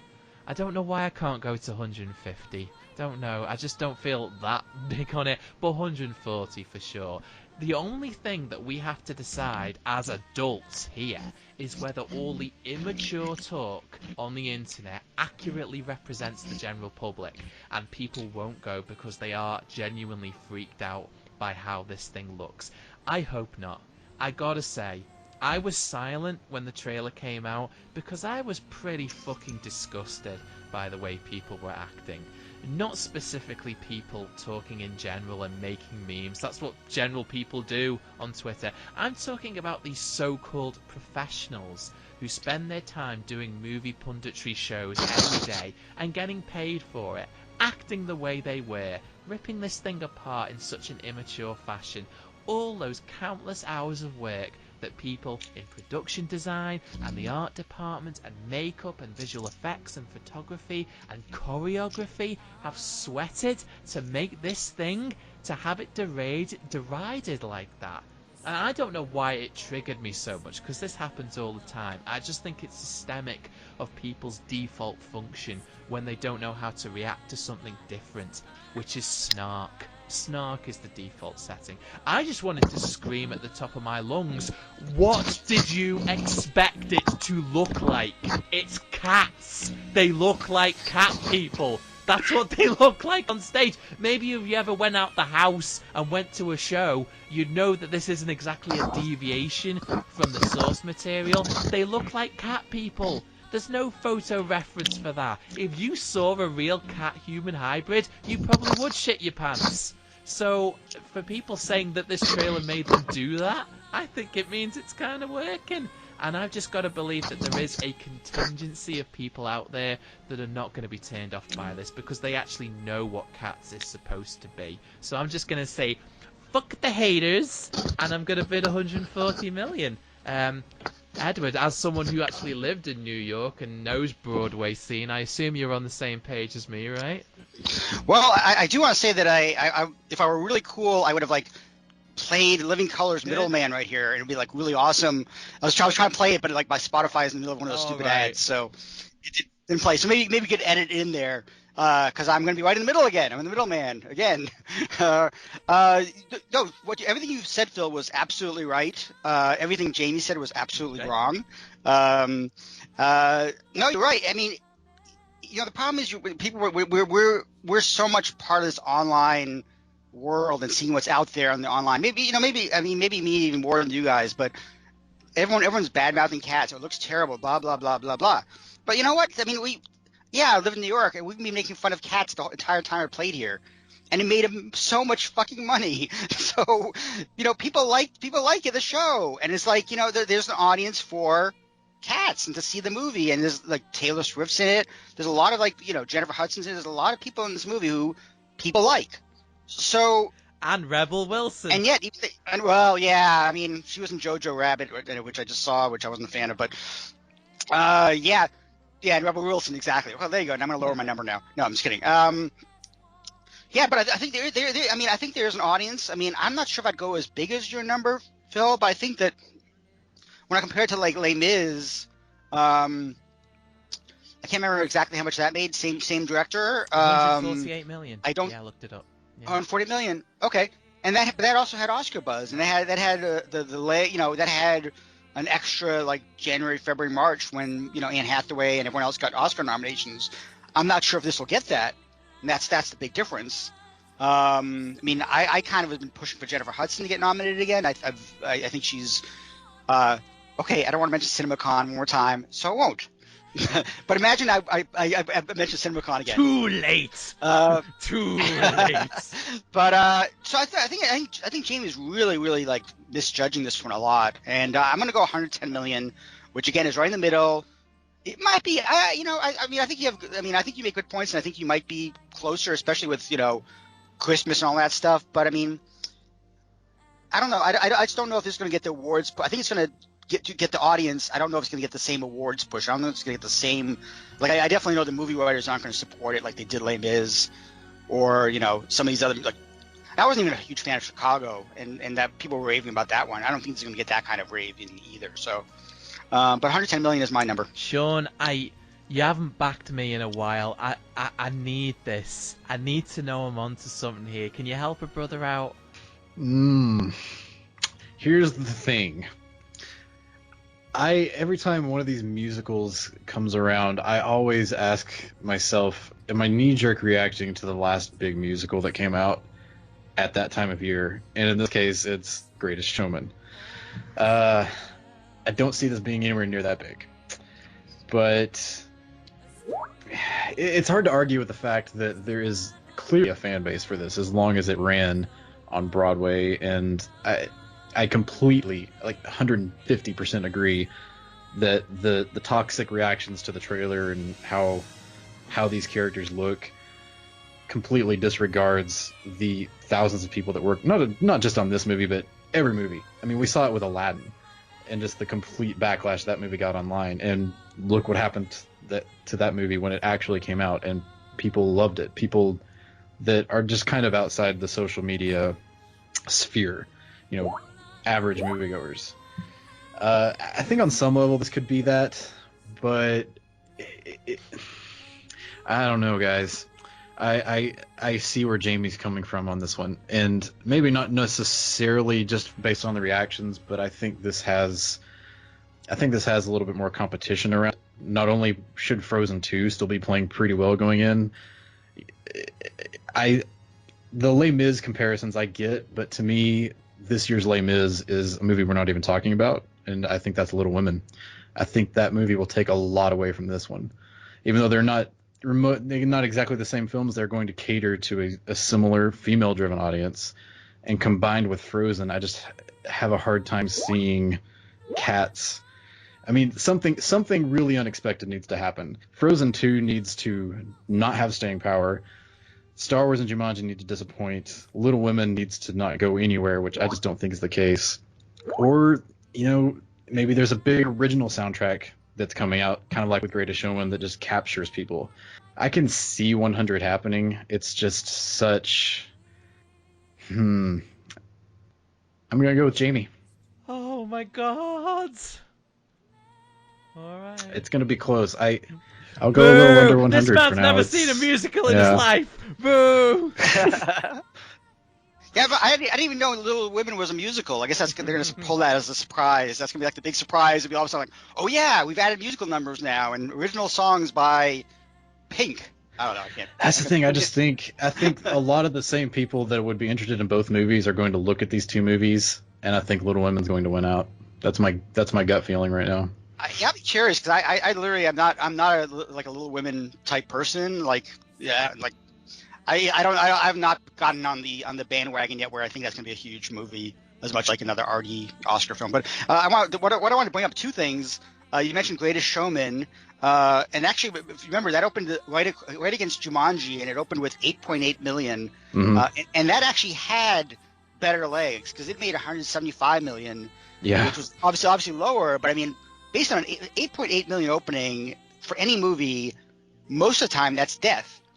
But that was that weekend right before Christmas, and that's the thing. Right before Christmas, that weekend people don't necessarily go to movies, and there's been every year almost has been movies that just underperform, and then they just make their money in over the holidays and over January. It's the same thing, and that's, you know, Cats is definitely going to be helped by that, as will Jumanji again. So it's like, and the other comparison I want to make was Sonic the Hedgehog, where there was such a negative reaction that they delayed the movie, and you know, and reworking it for February, which I'm not sure is a good idea, but that's it's just, a musical. I think in general, like, that right now, that's a musical. Oh, that'd be so awesome. But yeah, the thing is, I think it's just a bad thing in general for like people. Like it's happening forever. That people overreact or hate something they see online when they're shown a very brief glimpse of something, and they immediately hate it, and then it comes out. It's like, oh my god, this is so much better because they're going in with lower expectations.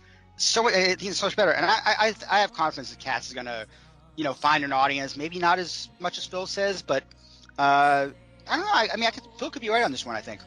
Yeah, I think, and I don't know, maybe one of us brought it up, I just didn't hear it, but this opens the same weekend as Star Wars. So, you know, automatically, that to Ed's point, it's not going to open huge. You know, it's not really the same crossover audience, but Star Wars just hits everything. I so want the people who didn't plan ahead to get to Star Wars and find out all the screens are sold out and they have to go to Cats. I so want that to happen. Yeah. And it won't have IMAX, it won't have Dolby RPX. I mean, Star Wars is going to own all of those premium theaters. So, yeah, Ed's saying in the chat, maybe 20 million open. I'm thinking mid-teens opening for Cats at this point. But that's not damning necessarily, because it's 5 days before Christmas. It's going to have a big multiplier. Even if word of mouth is mixed, it'll have a big multiplier. But, yeah, to me, I get more of a... I guess anytime there's these big breakouts, I kind of want to just do a hard correction and try not to expect the same thing. And sometimes fail at that. But I feel like this is more like Phantom of the Opera 2005. Like, is this musical based? Oh no! I mean, is that bad? I don't know. I just know there were big expectations for it at the time. I can't remember how much it cost, so I couldn't tell you whether or not it was actually financially successful. But that's just the vibe I get here. I think we're going on the name and the popularity of the Broadway show. I just don't know if it's going to translate in the same way as some of these bigger musicals. You know, I feel like I'm talking myself out of it now. I feel like I might have overbid. I feel like I've missed the boat on this one. What I'm thinking of, as you've mentioned all those comparisons, is that I suddenly realised that one of the things that these other musicals have had in their favour is that they have had an appeal to younger audiences. Like, The Greatest Showman has been a huge hit with families, with children especially, who, you know, have gone since it came out to the sing-along versions and stuff like that. My niece is absolutely in love with the movie, and Les Mis, I'll never forget seeing Les Mis because I saw it. I was literally sitting in an IMAX screening right next to these three teenage girls, and I don't think that they'd seen the show. I don't think they knew anything about Les Mis, and they were reduced to tears at the end of that movie. I knew that they'd seen something really special and they'd had a magical experience at the movies. I don't know what got them into the theatre in the first place. Maybe it was the cast, I don't know. But yeah, my prediction on Cats, to be honest, was always kind of based on an older audience who's seen the show and loved the show and maybe seen it multiple times, being smart enough to know what it actually is and going to see the movie. I'd never really factored in a younger audience going to see it, because I think the younger audience does follow the crowd in that regard. Yeah, I certainly it's not for kids. I mean, the story is strange for Cats. It's not a traditional story in any way that you can kind of get behind. Even like Les Mis, it's an odd story about cats, you know. So I don't expect it to skew towards a younger audience. So maybe my number is optimistic. Yeah, and you notice too that unless I heard it wrong, unlike the I've often talked about the trailer for Les Mis. I think it's such a good trailer. They turned it into this whole musical medley. They knew that the songs were really, really good, so they played a few of them. I think the Cats trailer only plays Memory. I'm pretty sure it only plays its most famous song, which might convey to the audience actually the other songs aren't that memorable. You know, we've got one good song. I'm not quite sure. Oh boy, yeah. And I don't want to beat up on it. I mean, yeah, I don't think any of us here are in that crowd of people that are just hating on it because of special effects or whatever. We all know the special effects will probably look pretty good by the time they finish them and the movie comes out. It's all these other factors to me that I think are going to hold it back. Yeah, I was going to add that one good song is all you need. Case in point, True. Frozen. Do you know any other song from Frozen? Absolutely, they're all good. Yeah, You do? 2 or 3. Okay, the troll song's not good. The Do you want to build a snowman? yeah, Love is an open door. Is it? When I do we went get to to talk about CinemaCon trolls? 5 times. That was a good song.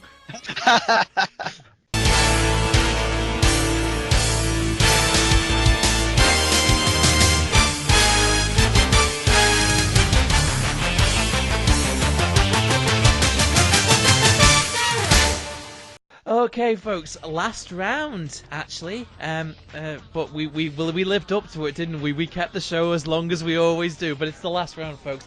December 25th, Christmas Day. Christmas Day is where we end the battle. It's always crowded because in my country the movie theaters are closed. Everything's closed. But in your country, it's this strange tradition that apparently everybody spends Christmas Day going to see a movie. So in the past, you could have seen Apocalypto with Mel Gibson, or this Christmas holiday season, you could see Spied in Disguise on December 25th. Or you could see Little Women by Greta Gerwig.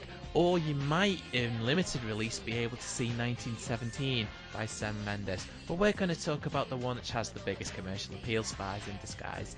I think it's me, actually, for this one. It's unusual, right, for an animated film to open on Christmas Day. I don't think that's been tried before. Certainly not for the big three, Disney, DreamWorks, Illumination. This is Blue Sky, who made the Ice Age films, and Rio, Epic, those guys, Horton Hears a Who. They haven't had a $200 million hit yet, and they ain't gonna get one here, to show my hand. You know, it's funny, you are gonna laugh at me when I tell you this, guys. I started screen capping the trailer of this for the show before I actually watched the trailer. So I'm screen capping the first part and I can't hear the sound. So I'm thinking, oh, this looks cool. It's a spy movie. Looks pretty. It's not an original concept, but this might be a movie I could see. And for a while, I think that this bird that I keep seeing is the comedy animal sidekick. It took me a long time to figure out that the bird is Will Smith's spy character and he's been turned into a bird. It took me ages to figure it out, and as soon as I did, man, my enthusiasm disappeared. I immediately went from I could see this to I will never see this. What a stupid concept. What a fucking stupid concept. I can't get behind this at all. But hey, you've mentioned it before and it's true. It stands a good chance. There's the competition or lack thereof means that I think it has a chance to make some money just because there ain't that much doing. I'm gonna be pretty optimistic about it, actually. I must say I'm gonna go with 155 million. I don't know why. Maybe I don't have faith in the youth of America. That's what it is. But yeah, 155 mils, what I'm gonna say. Ed? You know, it's funny. I don't think I've seen the trailer for this movie. I know it was supposed to come out like earlier in the year, and it was one of the Fox movies they got to push back because Disney just didn't want to do anything with it, or I don't know what. It's been delayed a few times, I think maybe. But it's funny. I literally hadn't seen the trailer. I knew Will Smith was doing the voices. I think Tom Holland's doing the other one, right? Am I correct? Tom Holland, yeah. And until you told me the premise of it, I was not interested in it whatsoever. And then when you told me there was about spies who turned to birds, I was like, holy crap, I gotta see this movie now. And I think I might be too low now on my number, so I'm gonna quickly boost my number up a little. But it's not that much higher. I actually I think releasing this movie on Christmas Day, you know what? It'll do well for a week and a half. School's open in January, and I don't know. I'm not sure if I mean, yay, Will Smith has 3 movies this year, sort of, but I mean, they're gonna have other movies out there. Jumanji is out there, Star Wars is out there, Cats is out there. There's a lot of movies out there, for kids, and the kids haven't been too kids haven't been as excited about movies as you assumed they were. I mean, Abominable did terrible. It literally did Abominable, and then Addams Family did way better than I expected, and I'm just really surprised by that because the movie was terrible. But I don't know. I'm not sure. I'm not sure Spies in Disguise is the kind of movie that can get kids excited, and so I'm gonna go back to my original number, and I'm gonna say 75 million. Oh, bad. That's not good. That's a big gap. That's an $80 million gap between us. Jamie can close it. Jamie is bidding 90 million. He is closing the gap. There he is. And to quote Jamie directly, I honestly have nothing here. I forgot this even existed. That's what Jamie's saying about that one. Sean? I don't really have a lot to add here either. It's... I would probably be higher, more optimistic if it weren't for that duo of Jumanji and Star Wars. Take even one of those out, I think this could be a pretty sizable hit with Will Smith and even Holland, who's pretty well liked, especially among younger audiences right now. And then in January, even though the trailer was kind of mixed reception-wise, Doolittle, that'll drop, so that'll cut into that family audience, I think, after New Year's. Yeah, the DreamWorks name, Will Smith, I think they're worth a little bit here. Probably pull in young boys that didn't care about Frozen 2, so this is kind of really the first animated movie for them, only animated movie for them during the holidays. I'm 50-50 here, but I will pick Jamie. I'll go with Jamie. Alright, Sean. That's Jamie. Just to be clear on the concept, since you guys don't know what it is, it's not the spies turn into birds, all of them. It's just that Will Smith plays a super spy. He meets up with a tech genius played by Tom Holland, who turns him into a bird by accident because he drank the potion when he shouldn't have. And Tom Holland thinks that being a bird will make him a master infiltrator, and birds obviously can fly really fast, and that's what it is. And I get the idea when I see it, because you see him in the first part of the trailer doing all these really cool fights, and then as a bird he tries to do exactly the same thing, and obviously it doesn't work. Oh, hilarity! But yeah, it just feels wow.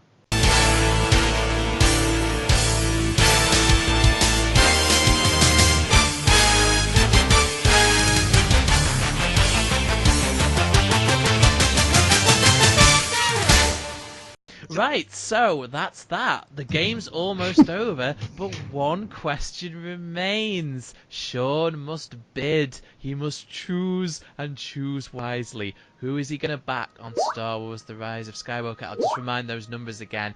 Jamie has bid 560 million. I bid 670. Ed is bidding 680. Sean? I'm going to back you, Phil. Appreciate it, buddy. Yeah. It's not out of pity, is it? No, it's really not. I mean, I think my optimistic fan mind thinks this could do 700 again. But yeah, I'm going to again hedge the bet and go in the middle, and I think they're all fair numbers. I mean, honestly, I thought the spread would be a little wider. I thought Jamie would go much lower. But it would not surprise me if it tops 680 either. So, but yeah, I'll split the difference. Alright folks, that's the game. As I say, gonna give you guys until close of business, as it were, on Monday the 28th of October to get your bids in, and we'll see who is right and who is dead. I think the only other thing to just say to you is what the schedule's gonna look like for the rest of the year, and the honest answer is I'm not sure there's gonna be one. I'm gonna see. Christmas has really filled up for me. I'm gonna be actually spending it away with my family, my extended family, because now that I live in another country, technically, I live in Ireland as opposed to Britain. Things are a little bit trickier. Obviously, if Brexit goes south, then I'm gonna have to change my citizenship. You'll be pleased to know, though, I've looked up the Irish citizenship test. All you need to do is literally drink 10 different whiskey shots and guess which brand they are, and if you get 7 right, you're an Irish citizen. So I'm just going to brush up on that. Should be all right. So we're going to see what happens. But yeah, because I live in a different country, I don't get to see my family as much as I like anymore. So I'm going to be spending it with the family. So in other words, what I'm trying to say is that I don't think there is going to be a podcast on Spies in Disguise or Star Wars as it comes out. I don't think so, guys. We'll see. But I don't want to, get your hopes up about that. But, hey ho, I mean, these things were easy to schedule. Even if I was available, scheduling, it was easy when we were in our 20s. Now that we're in our 30s, some of us, Ed, it's harder. It's really, really hard. And I know also that we promised you that show about Disney. I call it The Wonderful Hatred of Disney. But finding the time to get it together and also finding the right time, it's just been really, really tricky because the story just keeps changing every single week. It seems there's a new element to the story to talk about, and certainly the podcast would have been different before we knew about the full details of Disney Plus. Do we do it before Disney Plus rolls out? Do we do it after? It's hard to say. We'll do it eventually. It's just finding the time to do it. So apologies about that we haven't actually done that. But I will tell you one thing that is going to happen if J.J. Abrams makes a Superman movie. I say that because he's the only one I trust at this point to actually convince the studio to make another Superman movie. If that happens, Superman will come back. I will make that promise to you right now because I know it's long overdue. And the only reason two reasons it's taken so long is, number one, the state of YouTube and the fact that things haven't improved, and I could upload them again, put all that work in and get my channel shut down again. But it's a risk I'm willing to take. I'm willing to throw the dice on that one more time. But also, the timing has to be right. Superman has to be in the public consciousness, not just a cut off at the shoulders cameo in Shazam. That's not going to cut it. We need this character back in a film, and in a good film, And, dude, I didn't tell you, Ed, but I walked into Batman v Superman and Jamie told me what you thought of it, and I just said, oh, for sure, that's just Ed, I never agree with him, it'll be fine. And then I came out and yeah, so it's got to be a good movie, and if they make another Superman movie, we'll tie it in and we'll start the Superman thing up again, because I know that it's long overdue and a lot of you have asked me about it, and I haven't always answered those questions directly when someone has said to me online, are you going to bring back Superman? Sometimes I've not actually answered it at all, just because I didn't know what to say because of the situation with DC movies at the moment. So I apologise for ignoring you, but I'm saying it now. So yeah, things will happen. But anyway, thank you very much for Jamie for being in here in spirit. Thank you so much to Mr. Edward Douglas. Thank you for all the news from CinemaCon. I really appreciate the scoops that you. Thanks, everybody.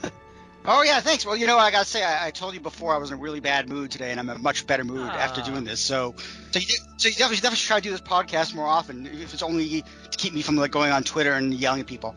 High stakes. It's nice to know. It's nice to know that you can be here for someone. That's all this should be, folks. It should just be podcasts and film punditry. It should be about positivity. That's what we've always tried to do. I just wish the rest of these fucking shows agreed with me, but I'm not going to start. Mr. Shawn Robbins, thank you so much, sir. You've really, whatever agony you've been going through as you've backed a horse on all of these 12 rounds, you've certainly conveyed it tonight. I feel like this has been far more stressful for you than the summer game was. It was, yes. No, but thank you for having me again. I'm really looking forward to the results show on this one. I'll be honest, talking through Star Wars and hearing your diatribe on it has given me some fresh perspective, because I'm actually writing a story on it for next week. So that's going to be fresh in my mind. When you quote me, could you please not use the word diatribe? Could you come up with something a bit more positive than that? I kid. Yes. Yeah. Yes. And also don't mention Chris Tucker either. He doesn't like that. Okay. Oh man, I wish you'd made that joke at the start of the show, because it just would have really incentivized me to beat you. But hey ho, you never know what happens. Rocky 2, folks. It's Rocky 2. The story continues. We'll see you in February for the results, if nothing else. And stay tuned to the Movie Moan channel. And hey, we'll see what we can do, folks. No promises, but hey, that's what I said when we started. But thank you so much for listening in. Anyone who puts in those predictions, special thank you to you. Really appreciate it. We'll see you soon. Happy predicting.